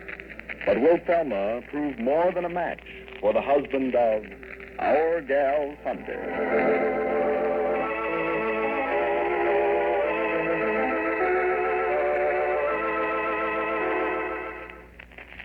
Every day you hear more and more about a remarkable way to relieve the pain of headaches, neuritis, and neuralgia. The name is Anacin, spelled Anacin. Thousands of men and women discovered this way when their own physicians or dentists handed them an envelope containing Anacin tablets. Now, the reason Anacin acts so incredibly fast is that it's like a doctor's prescription. That is, it's composed of not just one, but a combination of medically proven active ingredients in convenient tablet form. Next time you have pain from headache, neuritis, or neuralgia, try Anacin instead of the way you're now using. You'll be delighted with its incredibly fast, effective action. Try it with this money-back guarantee. If the first few tablets don't give complete satisfaction, you may return the unused portion and your money will be refunded. Ask for Anacin today. It's sold in all drugstores in the United States and Canada. Use only as directed. If pain persists or is unusually severe, see your doctor. Easy to take Anacin tablets. Come in handy boxes of 12 and 30 and economical family-sized bottles of 50 and 100. This is Ed Fleming saying goodbye until Monday at this same time for Our Gal Sunday and the Whitehall Pharmaceutical Company, makers of Anacin and many other dependable, high-quality drug products. As a high-quality floor wax, Old English is rated tops, yet what a money-saver it is. A full pint costs only 49 cents. 10 cents or more saving over many other top-quality waxes. Self-polishing, you just spread Old English no-rubbing wax on floors and linoleum, and it polishes itself to a super shine that's longer-lasting, too. So remember, always insist on Old English for a super shine at a super saving. Our Gal Sunday will be on the air at this same time Monday. This is CBS, the Columbia Broadcasting System. Did you hear that? He says, Our Gal Sunday will be on at this same time Monday. We always used to laugh about the fact that they used to say, tune in again tomorrow at this same time. They'd say that at the end of the show. And if you tuned in tomorrow at that same time, you'd miss the show, right? Because it was 4:15 instead of the show goes on at 4. It didn't make much difference. We usually got to those shows. Our Gal Sunday with Carl Swenson portraying Lord Henry Brinthorpe, rich and handsome Lord Henry Brinthorpe, who fell in love with and married a little girl from a mining town out west, and they lived in Black Swan Hall. Vivian Smolin was Our Gal Sunday for a long time. She's in Chicago these days. This is Chuck Shaden on our Those Were the Days program, WNIB, Chicago FM 97. We'll resume our conversation with Carl Swenson and Joan Tompkins in just a little bit. The in footwear for young men and women this season is Welco High Pals hiking boots, and for good reason. They're snug and they're warm and they're durable, besides being fashionable. Your headquarters for Welco High Pals hiking boots is the Paul Meyer Shoe Store at 2924 Central Street in Evanston. The Paul Meyer Shoe Store has them in all sizes, and remember that Welco High Pals hiking boots have vulcanized construction to ensure flexibility. For hiking boots, it's Welco High Pals, and for Welco, it's the Paul Meyer Shoe Store at 2924 Central Street in Evanston.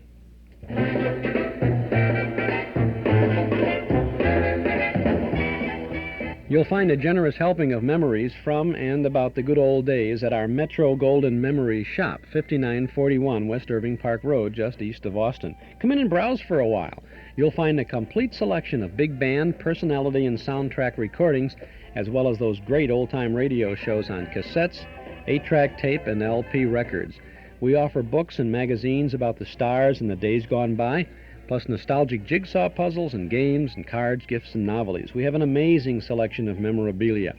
We have original things, too, giant one-sheet movie posters, theater lobby cards, photos, magazines, Riverview memorabilia, lots more at our Metro Golden Memory Shop, 5941 West Irving Park Road, just east of Austin. Our MGM shop is open 7 days a week, Monday through Friday from 11 a.m. to 5:30 p.m., Saturdays from 10 till 7:30, and every Sunday afternoon from noon to 5. So come on in and see all the goodies at our good old Metro Golden Memory Shop, 5941 West Irving Park Road, just east of Austin. Metro Memories, the MGM shop. Now, let's go back out to Hollywood, California, where we are visiting with Carl Swenson.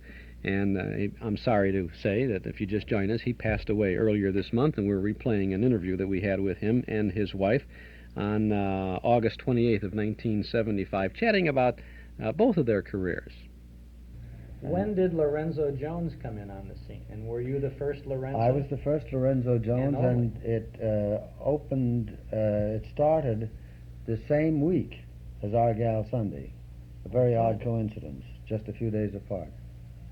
And at the same time, then, you were doing both England's Most Blah, Blah, Blah. Oh, yes. Henry Brinthorpe and Lorenzo Jones. Yes.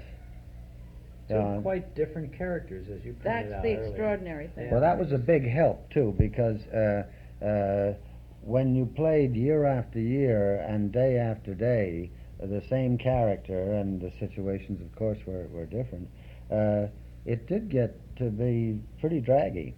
And the contrast of Lorenzo and Lord Henry, I think, helped me a great deal. And prevented my going mad with boredom. You were probably in almost every Lorenzo Jones episode, Yes. I would imagine. Yeah. But not necessarily in every Argyle Sunday episode. Probably had a I break now. was in almost every Argyle Sunday episode. They see, with radio they could go to a wild set, and because they didn't have to build it, and relate to a character who was not at home. For instance, Henry used to go on business trips, but they usually kept in touch with him. He was on a train Thinking. He did a great deal of thinking. Yeah. nearing Memphis or, or something. There was a thing I wanted to say about the Lincoln. I played Lincoln on radio several times, and it was extremely fascinating to work with it. And this would be absolutely impossible for me to play Lincoln on the stage or in film. But it gave us a latitude that was very wonderful in radio. Radio was a great place for the actor, because he did have the opportunity for so much variety. You, of course, depended upon the listener to add the essential ingredient of imagination. And I think that's the essential ingredient of why radio was such a great medium, because the audience did participate. And in almost any medium, like the silent pictures, for instance, you supplied the words, and it made you a participant. So because you created part of it, you liked it better, and it fit your imagination, what you had thought I think of. also it's very important. I think your mind gets terribly lazy if you're not encouraged to imagine. I think it gets like Yeah. a piece of rubber that's been stretched too much and kind of loses its excitement. Joan, what was your first radio job? Oh, I played an ingenue on a one-shot show in which the heroine was Agnes Moorehead, God rest her soul, and she was, to me, the most beautiful, most glamorous, most exciting woman I had ever seen in my life. She had eyelashes an inch long and gorgeous red hair and a voice to go with that, and I barely came in to say my few lines because I was so busy adoring this glamorous creature. And then after that, I began almost immediately auditioning for almost all of the daytime shows. I'm not quite sure why that happened. It seemed to happen without my doing much about it. And very fortunately, many of the auditions I won. So quite quickly, I started to work as a radio ingenue.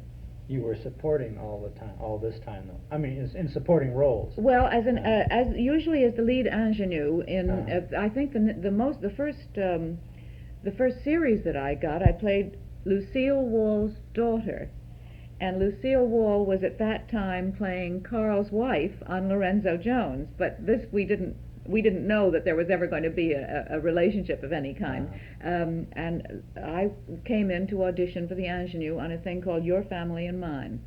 And I played on that for the two... You were Judy Wilbur, the red-headed angel, weren't you? I certainly, my goodness, I certainly was. And I just loved being a red-headed angel. I thought that was very romantic. And played, there were a lot of very famous people on that show. Frank Lovejoy was the lead, the romantic lead, and that we became very good friends then.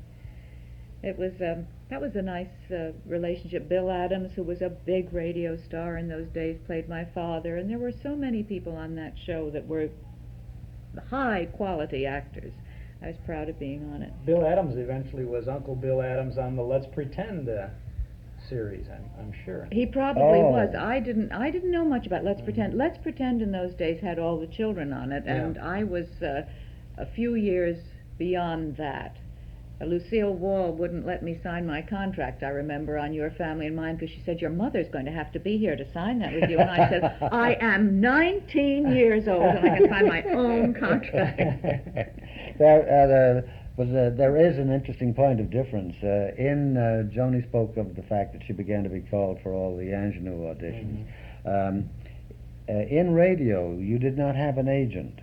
And the people who were casting directors for a network or for a producing outfit like the Hummerts, they kept very much in touch with everything that was going on, so that they did not wait for the recommendation of an agent, as we do here in casting of pictures. They will, unless you have made a big hit in a current picture, they will usually not call you unless an agent recommends you. And there are pros and cons for both of these things, of course. Sometimes we feel very frustrated when young people come and say, well, what do I do? Well, you say you can't do a darn thing, excuse me, sir, blip me. Can't do a thing until you have an agent. And getting an agent now is very, very difficult because the agents are shortening their lists, and there are many young people who do not have agents and who won't be getting work for some years. And experience is terribly important, and that was, as I said before, one of the wonderful things about radio. Fred Allen, in an interview once, said that it was difficult for the comedians coming up because there was no vaudeville anymore, and he said there's just no place to be lousy. That's right. That's right. That's true. And so much today in television, so much depends on the first couple of shows, that they have to get the pros in all the time, and there is no training ground, not for television. They have the various schools, and I don't know very much about them. I don't know how much good they do. I know that when I first came out here, the only reason I eventually got any work at all was because I was a new face, and that is an absolutely insatiable monster television. They just gobble up people and qualities and writers and stories. It can never, you never satisfy its appetite. So that new faces are important. There will very often be a kind of an excitement over a new face which may or may not last. You know, just the newness is a little help at first, but the agent is now indispensable and terribly difficult to get. Joan, you were both Laura Lawton and Nora Drake. These were the leads in two long-running radio serials. And I was Faye, and that always hurt me a little bit. There's a radio book that came out that had the had all the casts of the different, and of course I looked myself up immediately and found out that they had left me out of the Ma Perkins cast, which hurt me a lot because I really loved doing that show. I loved Ginny Payne. I loved all the people that were on it, and I enjoyed when they moved to New York. The girl who had been playing Faye, the daughter of Ma, one of the daughters, in Chicago, came with the show, and after a very short time decided that she didn't, her husband and interests were in Chicago, and she went back to Chicago. So I took over the part, and I played it for the rest of the run of Ma Perkins until I came out here, which was maybe 6 months or so before it finished. And I wasn't given any credit in that book, and I was really quite hurt. Well, we have, a lot of our listeners have copies of that book. Oh, they do? Right. See that they write my name in. So we want everyone to add to the Ma Perkins list now. It's Joan Tompkins, Tompkins. Good man, good man. Right under Rita Ascot. That's fine. That would be lovely. I'd appreciate it very much because it was such a lovely show to do. And I remember it with great affection. And I also did various little running young girl parts that ran for a while in almost all the Air Features shows. I guess I worked all of them one time. Air Features, was that was the Hummer. That was yes, the Hummer that's right. Stable. And it was nice. You really had so many families. I know that sounds corny, but as I look back on radio, it's the thing I think I remember the most about it, that when you worked together as often as you did, even though it was usually an hour and a quarter at a time, an hour's rehearsal and 15 minutes broadcast, it was every day. And you all knew each other's problems and happinesses and excitements, and it was a very intimate kind of a way, but you had it not just with one group, but with many groups, so that really we were very rich. You had you were probably doing, as Carl was, a number of different shows at one time. Yes. So you do an hour rehearsal and a 15-minute broadcast. And then you run over to bang another studio. CBS again, or Yes. NBC, or someplace for another show. Did you ever find yourself in competition with your close friends for certain roles? Always. You always were. And that's another lovely thing that happened, I think, and it still works out here. When we go on usually commercial auditions is where you sit in a room with all of your age group and all of the people with the same kind of background you have, and you're all competing for one part. And there is, perhaps because of our background, there is no or very, very slight jealousy or envy or any of the nasty things. Instead, it's another time to get together and talk and see each other and find out what's happening, and everybody's always happy for whoever gets the job. And we are hungry for company of our contemporaries and people that we have worked with, as Joan suggested. We became very close to one another. Because of the fact that we did so many shows together, and sometimes you'd be together every day of the week for a period of months. And then there were a limited number of places to go for lunch, and NBC and CBS were fairly close together, so that there was a social life that, as well as that family life, so that you had your family life at home as well as this life of remarkable closeness in those radio days. And today, as Joan says, with the auditions, you see them, and then when you do a radio show, there are very few done, and you go and make a tape, everybody at one point or another says, gee, it's nice to be doing radio again, and because there was a teamwork. The fact that we had to do things with so little rehearsal, it meant that we very quickly understood how the other person worked, and we could complement one another very well.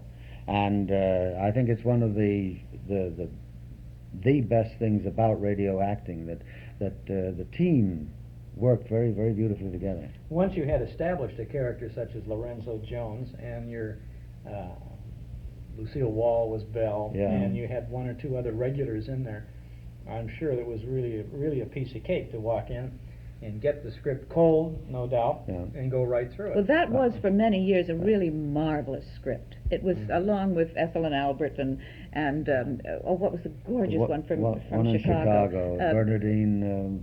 Vic and Sade. Vic and Sade. I think those three shows were really the rare ones, because they were good comedy. Beautiful writing. Really well written and beautifully characterized, and they until, I don't know, toward the end of the radio's life, they decided for some reason to make Lorenzo Jones a serious, I put that in quotes, soap opera type of thing, where Lorenzo lost his memory and Belle went through all kinds of agonies, and it changed the quality completely, and it became just another one. But up until that time, it had been really one of the rare ones. Lorenzo was a character to the town, but not to his wife Belle, who loved him. That's right.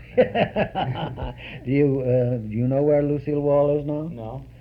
She's Nurse Lucille on General Hospital on TV daily, 5 days a week, and she is on almost every 5 days.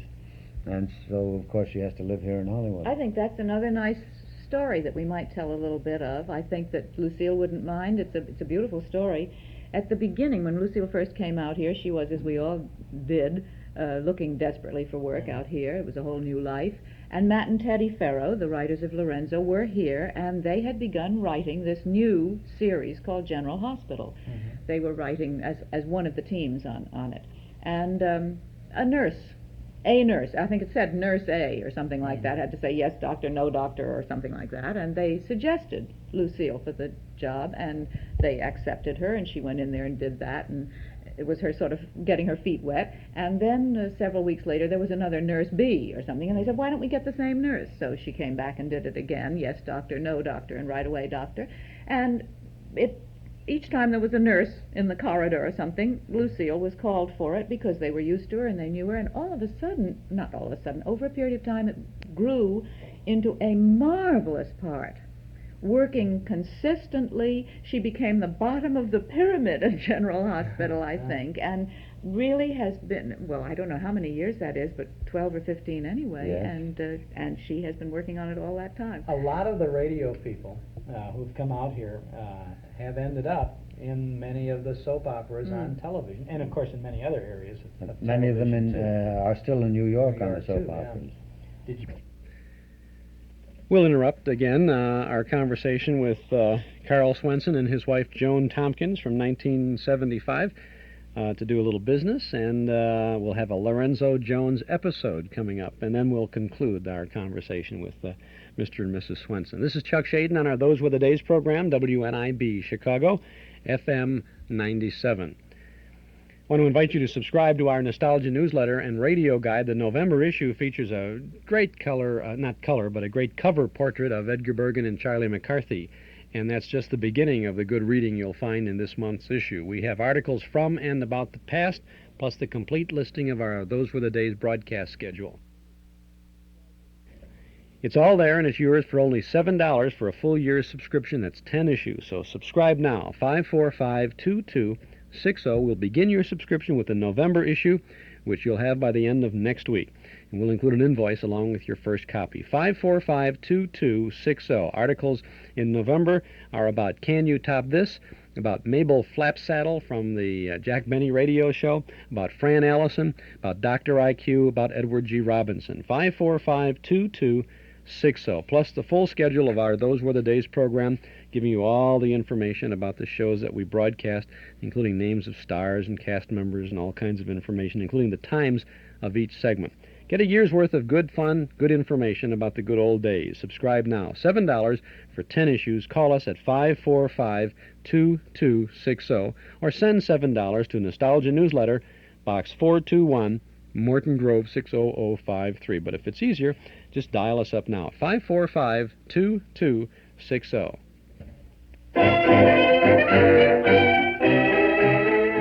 Back in 1931, Norm Nelson and Ralph Hirschberg opened their Ford automobile agency on a small piece of land at 5133 West Irving Park Road. The first year they sold about 100 new Fords. Today, thousands and thousands of new Fords later, Nelson Hirschberg Ford occupies a whole city block at that same location on Irving Park Road at Laramie. And thousands of Chicagoland families have not only bought their first Ford from Nelson Hirschberg, but have returned again and again for all their new Fords. The proof is in the seeing. Next time you're out for a drive, notice how many Fords bear the Nelson Hirschberg emblem. And you'll notice how many drivers have seen Nelson Hirschberg, one of Chicagoland's oldest, most respected Ford dealers.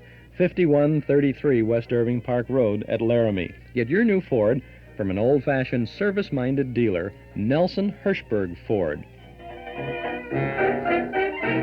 This is Chuck Shaden on our Those Were the Days program, WNIB Chicago at FM 97, a tribute to actor Carl Swenson, who passed away earlier this month on October 8th at the age of 70. We've been sharing with you a conversation we had with Mr. Swenson and his wife Joan Tompkins from 1975. Now let's go back to 1948, September 1st of 1948. It's time to smile a while with Lorenzo Jones and his wife Belle. And now, smile a while with Lorenzo Jones and his wife, Belle.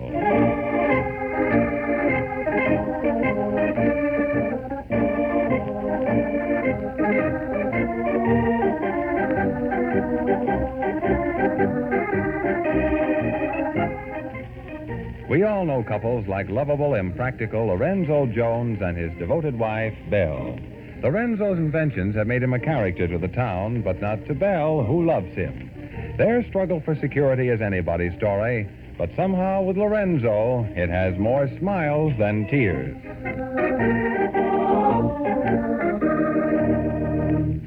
Here's the way to relieve an early morning headache quickly. Instantly you get up, take 2 Baer aspirin tablets with water. Chances are, by the time you finish dressing, your headache is gone. Now, the reason why Baer aspirin works so fast is because it starts to disintegrate in your stomach within 2 seconds. As a result, it's ready to go to work almost at once. So for fast and gentle relief, insist on real Baer aspirin when you buy. Get the 100-tablet bottle, and you get Baer aspirin tablets for less than a penny apiece.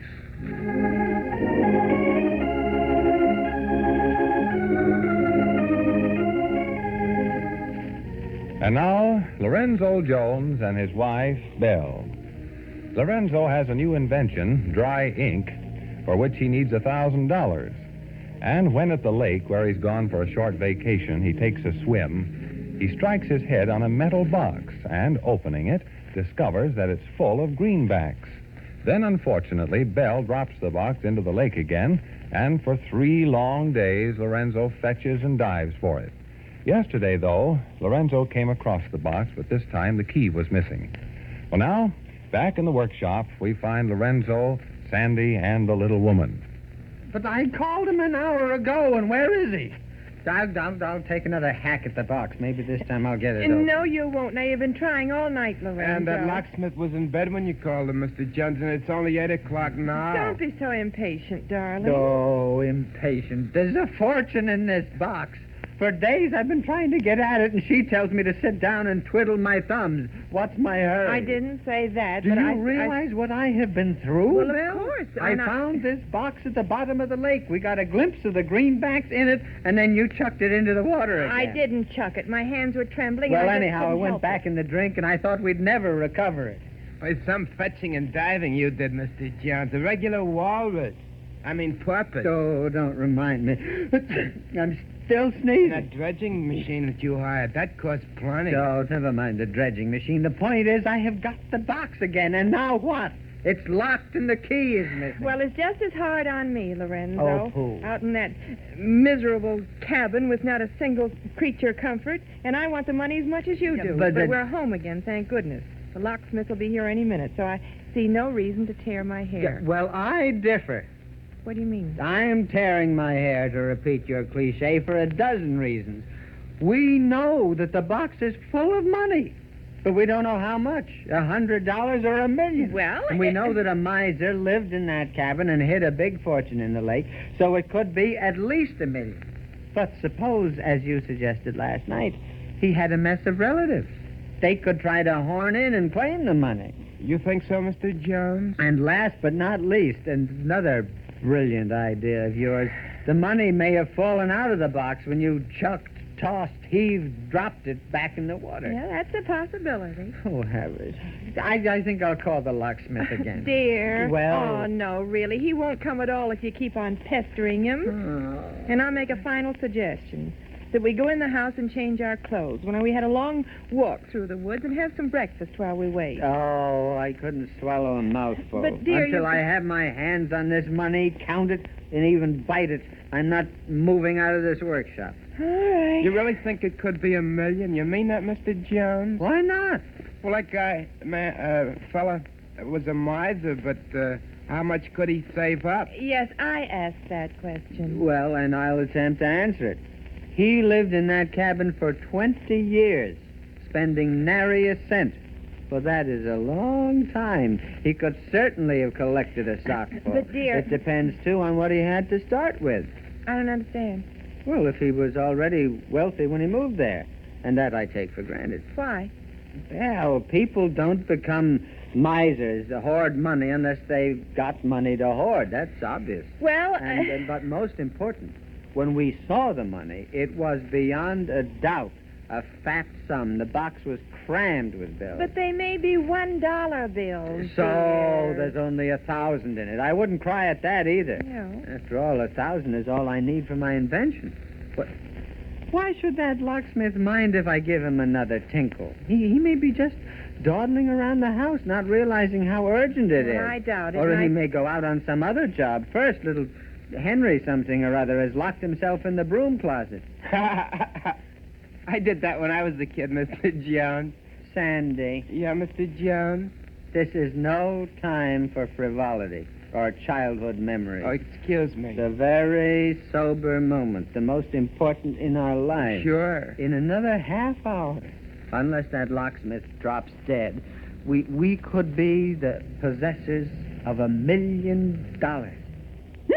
Eureka! Lorenzo. At last, he's here. I see his car. Yeah. No. Ah, someone for the folks next door. Who can be visiting them at this hour? I don't know, but shut the door. It's rather chilly, dear. You can't open the box, Mr. Jones? I hate to admit it, but it's an old-fashioned lock, and I haven't been able to figure it out. Besides, I'm too nervous. Oh, thumbs. Could I shake the box a little? Yeah. Gosh, it's heavy. Well, it's the box that's heavy. The money's all papered. Hey, there's something written on it, Mr. Jones. Huh? What do you mean? There's writing on the bottom of the box. I mean engraving. Huh? Where? See? If you turn it up to the light. You're right. Maybe that's the miser's name on it, or some other kind of clue. Yeah, let me, darling. Belle! What? Will you take your hands away? That's a pernicious habit you've got, grabbing things from me. Now you're standing in the light. Well, I can't help it. If there's writing... Sure. Now I can read it. Made in the USA. Oh. That's all it says? Yeah. I'm sorry, Mr. Jones, for having caused the red herring. Huh? That's all right. I can't stand this any longer. If that locksmith doesn't show up, I am going to dynamite the box. Lorenzo, What? no, that's ridiculous. Now, you could blow up the money, too. Not if I did it properly. I've got a stick of dynamite here. I bought it for some old invention, and I could just explode the lock. No, stop. Now, I insist, Lorenzo. An explosion is all I need after everything else we've been through. Well, then I'm going to call the locksmith. That is your choice. Well, you can stand on the brink of $1 million as cool as a cucumber, to mix a metaphor. But you're a better woman than I am. I'm not cool, but When I realize what this could mean to us, freedom, security, or a chance to make $1 million myself, I could faint in advance. I promise you I'll faint later. I probably will, too. Yeah, I'm not the fainting type. Only once when I proposed to Abby and she said yes. Then I almost keeled over. So now he doesn't answer the phone. Well, maybe he's on his way, dear. Well, what about his wife? She puts cotton in her ears as soon as he leaves the house? No. Lorenzo. What? That's a car now. Oh, glory. Oh, Mother McCree. Yes, here he comes, darling. Oh, thank heaven. You get him and bring him out here. Suddenly my knees are knocking. Never mind, he's seen us. He's coming. You want me to get your chair, Mr. Jones? Yeah, I know. At last. Hiya, Mr. Jones. Where have you been? We've been chewing our nails, practically having nervous prostration. Well, it's kind of a cold morning, so I had a second cup of coffee. What's all the rush, anyway? Oh, no. You tell him, Belle. Well, there really isn't any rush. What? I mean, we found this box at the lake while we were vacationing, and we're under the impression that there's money in it. Under the impression? We saw the money. Lorenzo. But the box locked automatically, and we haven't got a key, so naturally we're anxious. Oh, no, she'll be the end of me. Could we skip the explanation? I'm sorry I brought it up. Let's get the box open. Okay. I'll have a look at it, Mr. Jones. Here. Quite an antiquated lock. Yeah, I know. Haven't seen one like it in years. I'll get out my tools. Here, right at your elbow. Uh-huh. Well, I'll have a try with these. I might have to go back for some other ones. Oh, I'll die in a minute. What are you, a locksmith or a plumber? And why didn't you bring them all at once? I told you on the Now, telephone. take it easy, Mr. Jones. Yes, he's sorry. It's no offense. He's out of sorts this morning. Oh, I'll never live through it. You found this box at the lake, you say? Yeah, that's right. At the bottom, to be exact. Mm-hmm. What part of the lake? Where that miser lived. Oh, yeah. Well, you heard of him? Why, sure. They used to say he had as much money as J.P. Morgan. How much? As rich as Croesus. That was a rumor. Did you? Are you making any headway? I think so. I could give you a hand if I were myself, I mean. Nah, I can manage. You're not thinking that this box belonged to that miser, that this is the fortune they say he buried? It's our notion. Woo! And you've fallen into a gold mine. I'll fall on my face in another minute. You got it. So, hold my hand, Belle. Oh, darling. Sandy, hold my other hand. Sure, Mr. Jones. No. Before you lift the lid, let me count to 10. And control myself. You know, to tell you the truth, I'm excited now. Well, there you are. Why, there's only a piece of plain paper. Yeah, but the bills were under the paper. Well, then pick it up, darling. I can't. I'll do it.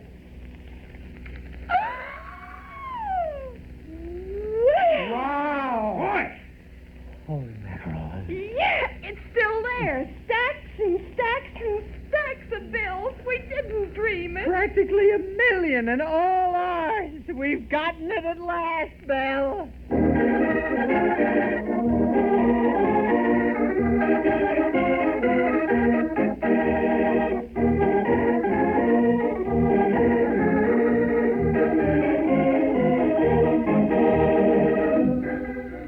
So the box is open and really contains stacks and stacks of greenbacks. The Joneses didn't dream it. But how much money is in the box, and does it really belong to Lorenzo?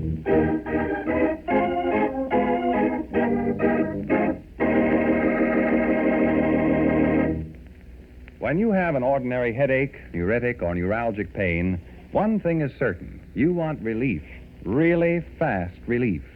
And Baer aspirin's astonishing 2-second disintegrating action means fast relief. Literally millions of normal people rely on Baer aspirin when they're in pain. You can actually see that Baer aspirin starts disintegrating within 2 seconds by dropping one of these tablets in a glass of water. And because Baer aspirin does the same thing in your stomach, it's actually ready to go to work almost the instant you take it. Besides giving you relief that's amazingly fast, Baer aspirin also provides reliable relief. For remember, Baer aspirin has been used without ill effect by millions of normal people. So for the quick, dependable relief you want when you're in pain, get Baer aspirin. Always ask for it by its full name, Baer aspirin, never by the name aspirin alone. Get the 100-tablet bottle, and you get Baer aspirin tablets for less than a penny apiece. And that's Lorenzo Jones and his wife, Belle, back in the good old days of radio from September 1st of 1948. Carl Swenson as Lorenzo and Lucille Wall as Belle. And we'll resume our conversation with the late Carl Swenson in just a moment. Eden's Plaza Shopping Center, where plenty of free parking makes it a pleasure to shop your favorite store or service. Eden's Plaza Shopping Center, where Eden's Expressway, Skokie Boulevard, and Lake Avenue meet at Wilmette. Eden's Plaza Shopping Center. Easy to reach, easy to park, easy to shop. Many fine stores open to serve you 7 days a week at Eden's Plaza Shopping Center in Wilmette. This is Chuck Shaden with our Those Were the Days program on WNIB, Chicago at FM 97. In August of 1975, we were out in California, and we had a very nice chat with Carl Swenson and his wife, Joan Tompkins. Mr. Swenson passed away on October 8th of this year at the age of 70, and we're, in tribute to him, we're replaying our conversation. Let's get back to Hollywood and resume. Have either one of you worked in the television in the soaps? Yes, that's a hard job. Really hard job, yes. Carl started in television in New York doing The Inner Flame. Yeah, I played the title role again. The Inner Flame was originally Portia Faces Life, and they translated it from radio over to TV as Portia Faces Life for several months. And then they changed the title to The Inner Flame.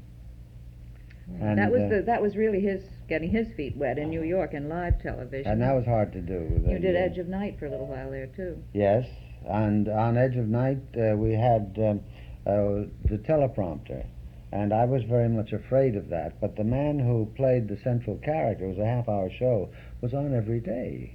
That was Johnny Larkin. You just can't do that kind of memorizing. Your mind gets soggy after a while. You can't keep learning it.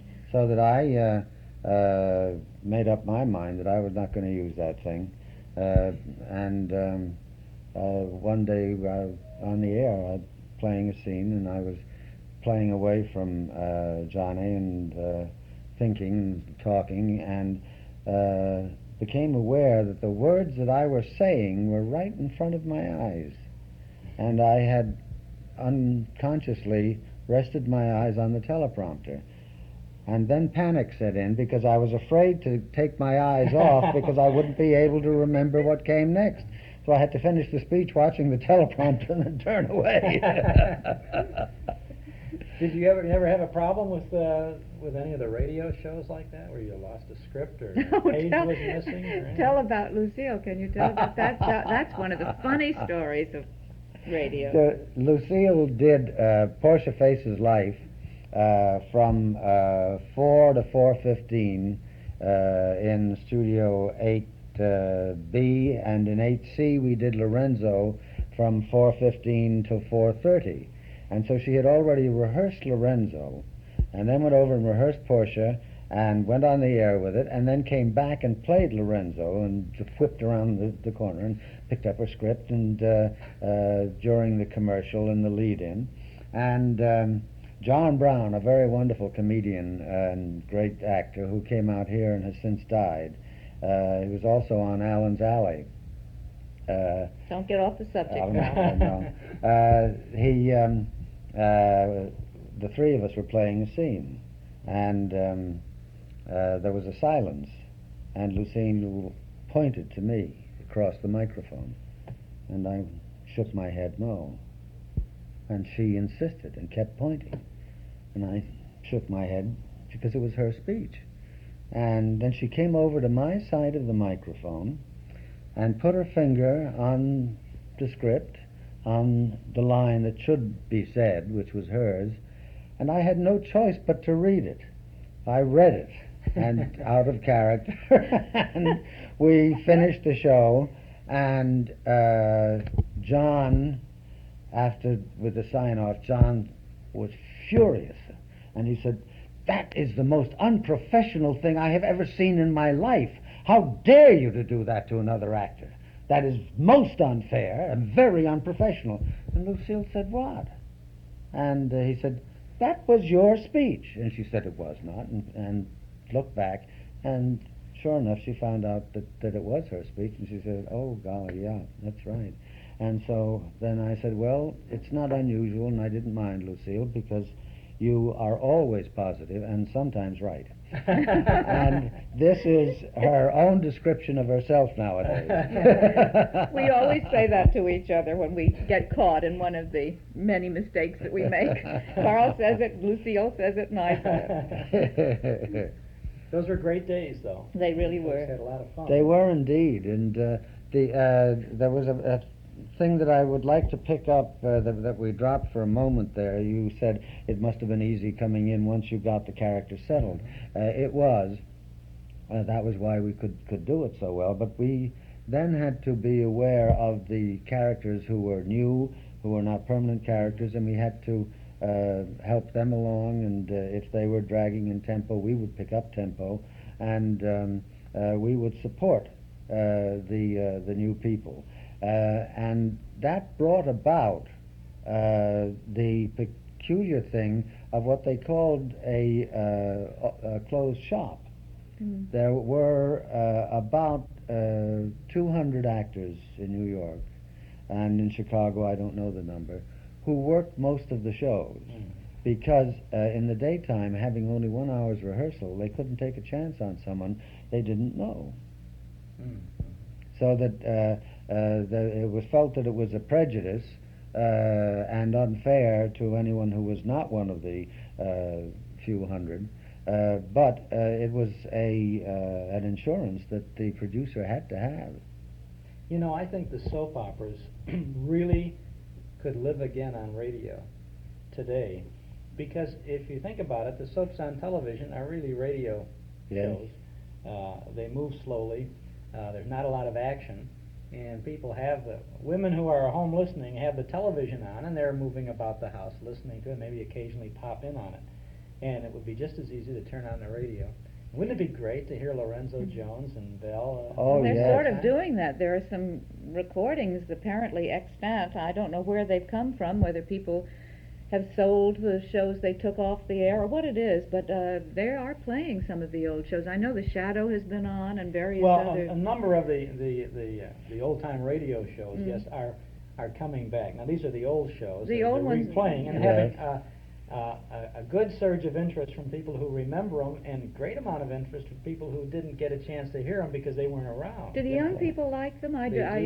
I'm interested in that. That's very nice. I know that High Brown has he finally persuaded, and most successfully, a network to take the Mystery Theater that he does, and he's come out here several times and has used all the old... There is a new series of soap operas for radio that is being made available to certain stations across the country, too. Are they made in Canada? No, I think they're done in New York. And they're produced, as in the old days, by an advertising agency. And they are, in radio and in television today, they do a lot of bartering, which means they provide the show to the station for nothing. And inside the show, there are 1 or 2 or 3 or 4 minutes worth of commercials for a national product, and then other minutes of time available for the local station to sell. And they have this news package of 3 or 4 soap operas, I guess, available in, I was reading not too long ago, in maybe 20 markets across the country. So it's the beginning of something on a 5-day-a-week basis. I'm glad to hear that, because the Ferrells, who wrote Lorenzo Jones, said, golly, why can't we do a radio show 5 days a week, and it would be simple to write because we're accustomed to writing for you. And so I went to CBS and spoke to them, and they said, we are not doing any syndication at all now. And they suggested that I talk to someone who was doing syndication, and he said that they were not interested in financing anything of that kind. Well, maybe now's the time to jump in there again and see whether we can persuade them, because it would be so much fun to work with the people that we've known for so many years. And you know, the interesting thing about it could be done very economically, too. Very. Oh, yeah. Very. I mean, you don't have sets to worry about. All you need is you need a good professional sound man. You certainly do. Yes. You know, that's the important thing. And how marvelous they were, and are, the ones that a few The that are ones still that are here working. now. They are really such talented people. And we used to have so much fun with the sound man. Some of the funny things that would happen when a turntable wouldn't work properly or something, and we'd have to fill in the time. There's a story that's terribly funny, but it goes on too long. I'm not going to tell it now. But I look back on those days and realize that the sound man was absolutely essential to us. And couldn't get you to tell that story. Well, it's a terribly long story, and I don't think it would be really terribly funny unless you could see me. I have to act it out while I'm being seen to show you what our sound man looked like when this was happening and so forth.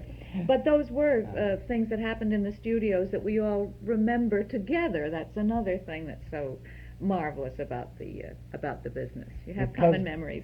Because we knew the characters so well, we and did not have a long enough time to rehearse as you do in the theater to really shape a thing for radio. The best thing that you could achieve in radio was a real spontaneity.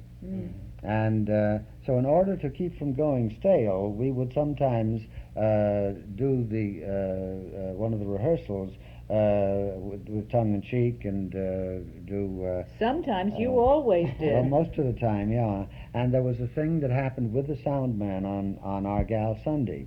There was a horse who drew the carriage at Black Swan Hall, and Henry used to go out and in the cart and with Moon, the horse. And the sound man and I, with our voices and with various sounds, built up a relationship between Moon and Henry, that Moon was really in love with Lord Henry. I never knew that. The horse was in love with Henry, and one day when they were out, the sound man did the whinnies and various things, and I talked back, and Moon decided that she was going to climb up into the cart and sit with Henry. And he did all of this with sound, you know, on the sound table, and Moon trying, and Henry saying, "Down, girl, down." And that was John McCluskey. He was a very good sound man. Oh, there was, if there's time on the tape, there's one nice thing, not a sound man, but an organist. You know, we had the organ working very hard on all of our soaps, and I should say serials. I know that soaps are frowned on. But anyway, the man on, I think it was Laura Lawton, was our organist, was a young man and a very good man.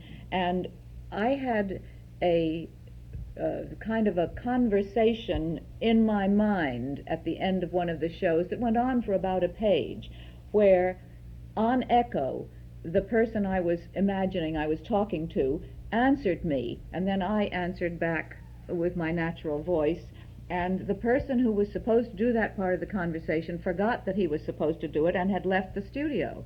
And we came up to this place, and there's nobody on the echo mic to talk back to me in my dramatic conversation with him, fantasized conversation. So I got scared. I saw there was going to be a big blank and didn't know quite what to do, and I started the conversation very tentatively, and Ted, the organist, played the answer on the organ. He used the same rhythm that the man had used in rehearsal, and my ear picked up the fact that he was using the organ to say those words, and the whole thing was just played that way, with the organ saying the other person's part. Now that was pretty quick thinking, and certainly rescued a show, because I don't know what we would have done without that. Well, an organist would have had the script right along with him, following, watching for cues. And he could see what had happened, that I was without a partner in this speech, and he just sort of, I don't think he had time to think about it, he just did it.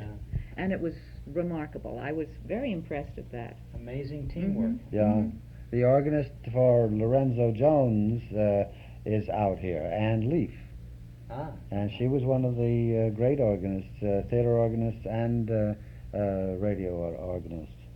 You folks are very busy these days, as I know you stopped over here to chat with us on your way to a couple of recording sessions, each independent recording sessions, right? They're not recording sessions, they're auditions for commercials. Oh, I didn't want you to tell that, because that means we haven't got the jobs, and we may not get the jobs. Yeah, but auditioning for a job has been a way of life for both of you folks for a long time. Yes. And I suspect, and I know, that you've been very successful at many of those auditions, because you've been a big part of radio and television, and today the voiceovers and that's one of the things that interests us, and I wonder if you or the audience or somebody will give us a clue. Carl and I both would like to do voiceovers. It's a very specialized field, and we both think that we have a background for it, and peculiarly enough, all of the commercials that we have done since we've been out here have been face commercials. That is, we are seen on camera. Very little voiceover. I think I have only even auditioned for 2 voiceovers since I've been here, and I've been here since 1957. I think you've probably auditioned for a few more than that, but we don't get them. I don't know whether it's that we don't sound like the person next door or what. I once was told I sound just like Katharine Hepburn. Do you think I do? I don't. No, I think you sound a lot like Joan Alexander. Really? Yes. Joan Alexander's an old friend. Really? She was, for our listeners, she was Lois Lane for many years on the Superman show. Have you been in touch with her? No, not yet. I don't think she has been doing any. Maybe she did it. She's done it. She and Joan Banks both have done some of High Brown's shows, I think, in New York. Yes, in New York. You hear, as you listen to the Mystery Theater, you hear a lot of the great voices. When we were back there, Scott Cotsworth, is on there, and some Dryden, wonderful actor. Bob Dryden, marvelous. He does a lot of them. Oh, a lot of the people that did Hyde's shows in the old days work. Joan and I each did one when we were back there last year, and they were all people we knew. And the sound man, interestingly enough, was the son of the sound man whom we used to work with. Oh, really? Yes, that was very nice. Well, what about maybe we could have an audition right now. All right, go ahead. Suppose we said you're in the radio station, you're in the studio, you dropped your scripts, and they're scattered all over the floor. The scene is you, Joan, are about to leave your husband. You have had an argument. You're about to leave your husband. Carl, you're very docile about this. You know, you can't understand why she's going, but you're I'm the with- husband. You're the husband. Uh-huh. Yeah. What You're the point- husband. You're the wife. You just about had it up to this point. What point have we gotten to in this plan Well, of separation? That's up to us to That's decide. all right. Certainly. Oh. You're the next year of your career depends on this. So All the right. organ music has just come up with a great stinger or something Yeah. like that. Okay. Uh, All right, Carl. No more. What? I'm leaving the keys. I'm going to leave the house. What? You will find me if you want to find me through Where? my mother. You know the telephone number there, and she can reach me. I'm not telling you where I'm going. You can't leave me and the children like this. This is ridiculous. I never said I was leaving the children. Well, you can't take the children. Are you sure I can't? Where are they now? They're upstairs in their No, room. they're not upstairs in their room. I've taken care of all of that, and I don't want any more discussion about it. You're not See- somebody I want to leave the children with, Carl. Why? But now wait a minute. You don't have the right to do anything. I about don't know that anything kind. about Look, legality. I can call the police and then have you stopped. Try it. All right. Where's the phone? What? You see why I can't leave the children with you? This is your own house. You've lived here for 14 years, and you don't... When you hit me on the head with something like that, no wonder I don't know where the phone is. Sorry, I'm afraid I broke up and ruined the I'm whole... still terribly sincere about the whole thing. Don't leave me, please. Oh, that's marvelous. That's great. It's a little hard to fight with Carl. I think in Lorenzo public. wouldn't know where the phone was either. Oh, that's great. That was Carl Swenson and his wife, Joan Tompkins, and we just chatted for another moment or so, and we ran out of tape. And, of course, they had to go, so we didn't bother changing the tape recorder, and we couldn't put a formal ending to our conversation. But it was a marvelous afternoon that we spent talking with him and his wife, and now he's gone. He died on the 8th of October of this year at the age of 70. But he will be remembered, actor Carl Swenson.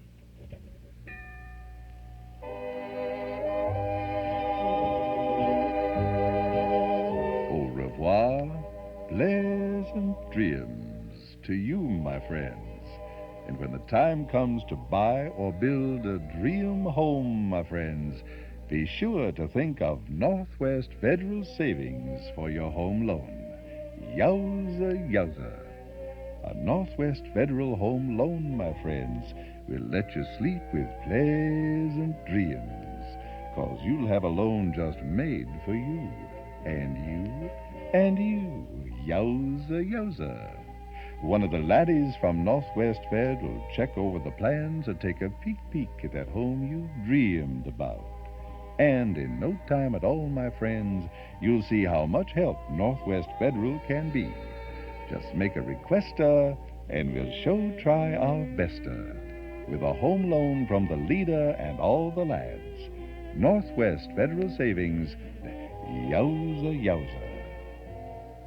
Au revoir, a fond cheerio, a bit of a tweet, bless you, and pleasant dreams. Northwest Federal Savings, serving you 63 hours a week in Chicago, in Edison Park, Des Plaines, Norridge, and Arlington Heights.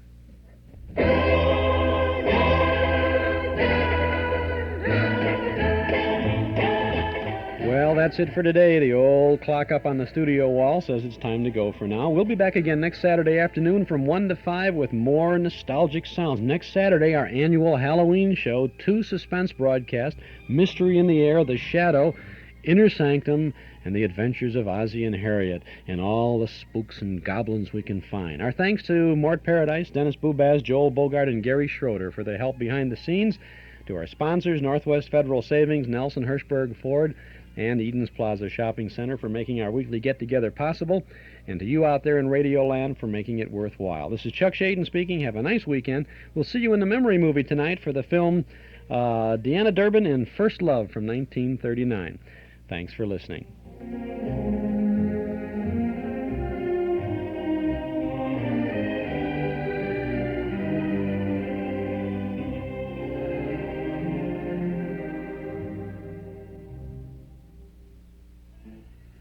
The time is 5 o'clock. You're listening to WNIB in Chicago at 97 FM. And we invite you to stay with us now for Zephyr. This is Fred Heft speaking, and Zephyr is a 2-hour program of shorter, mostly lighter classical music, presented each day of the week on WNIB between 5 and 7.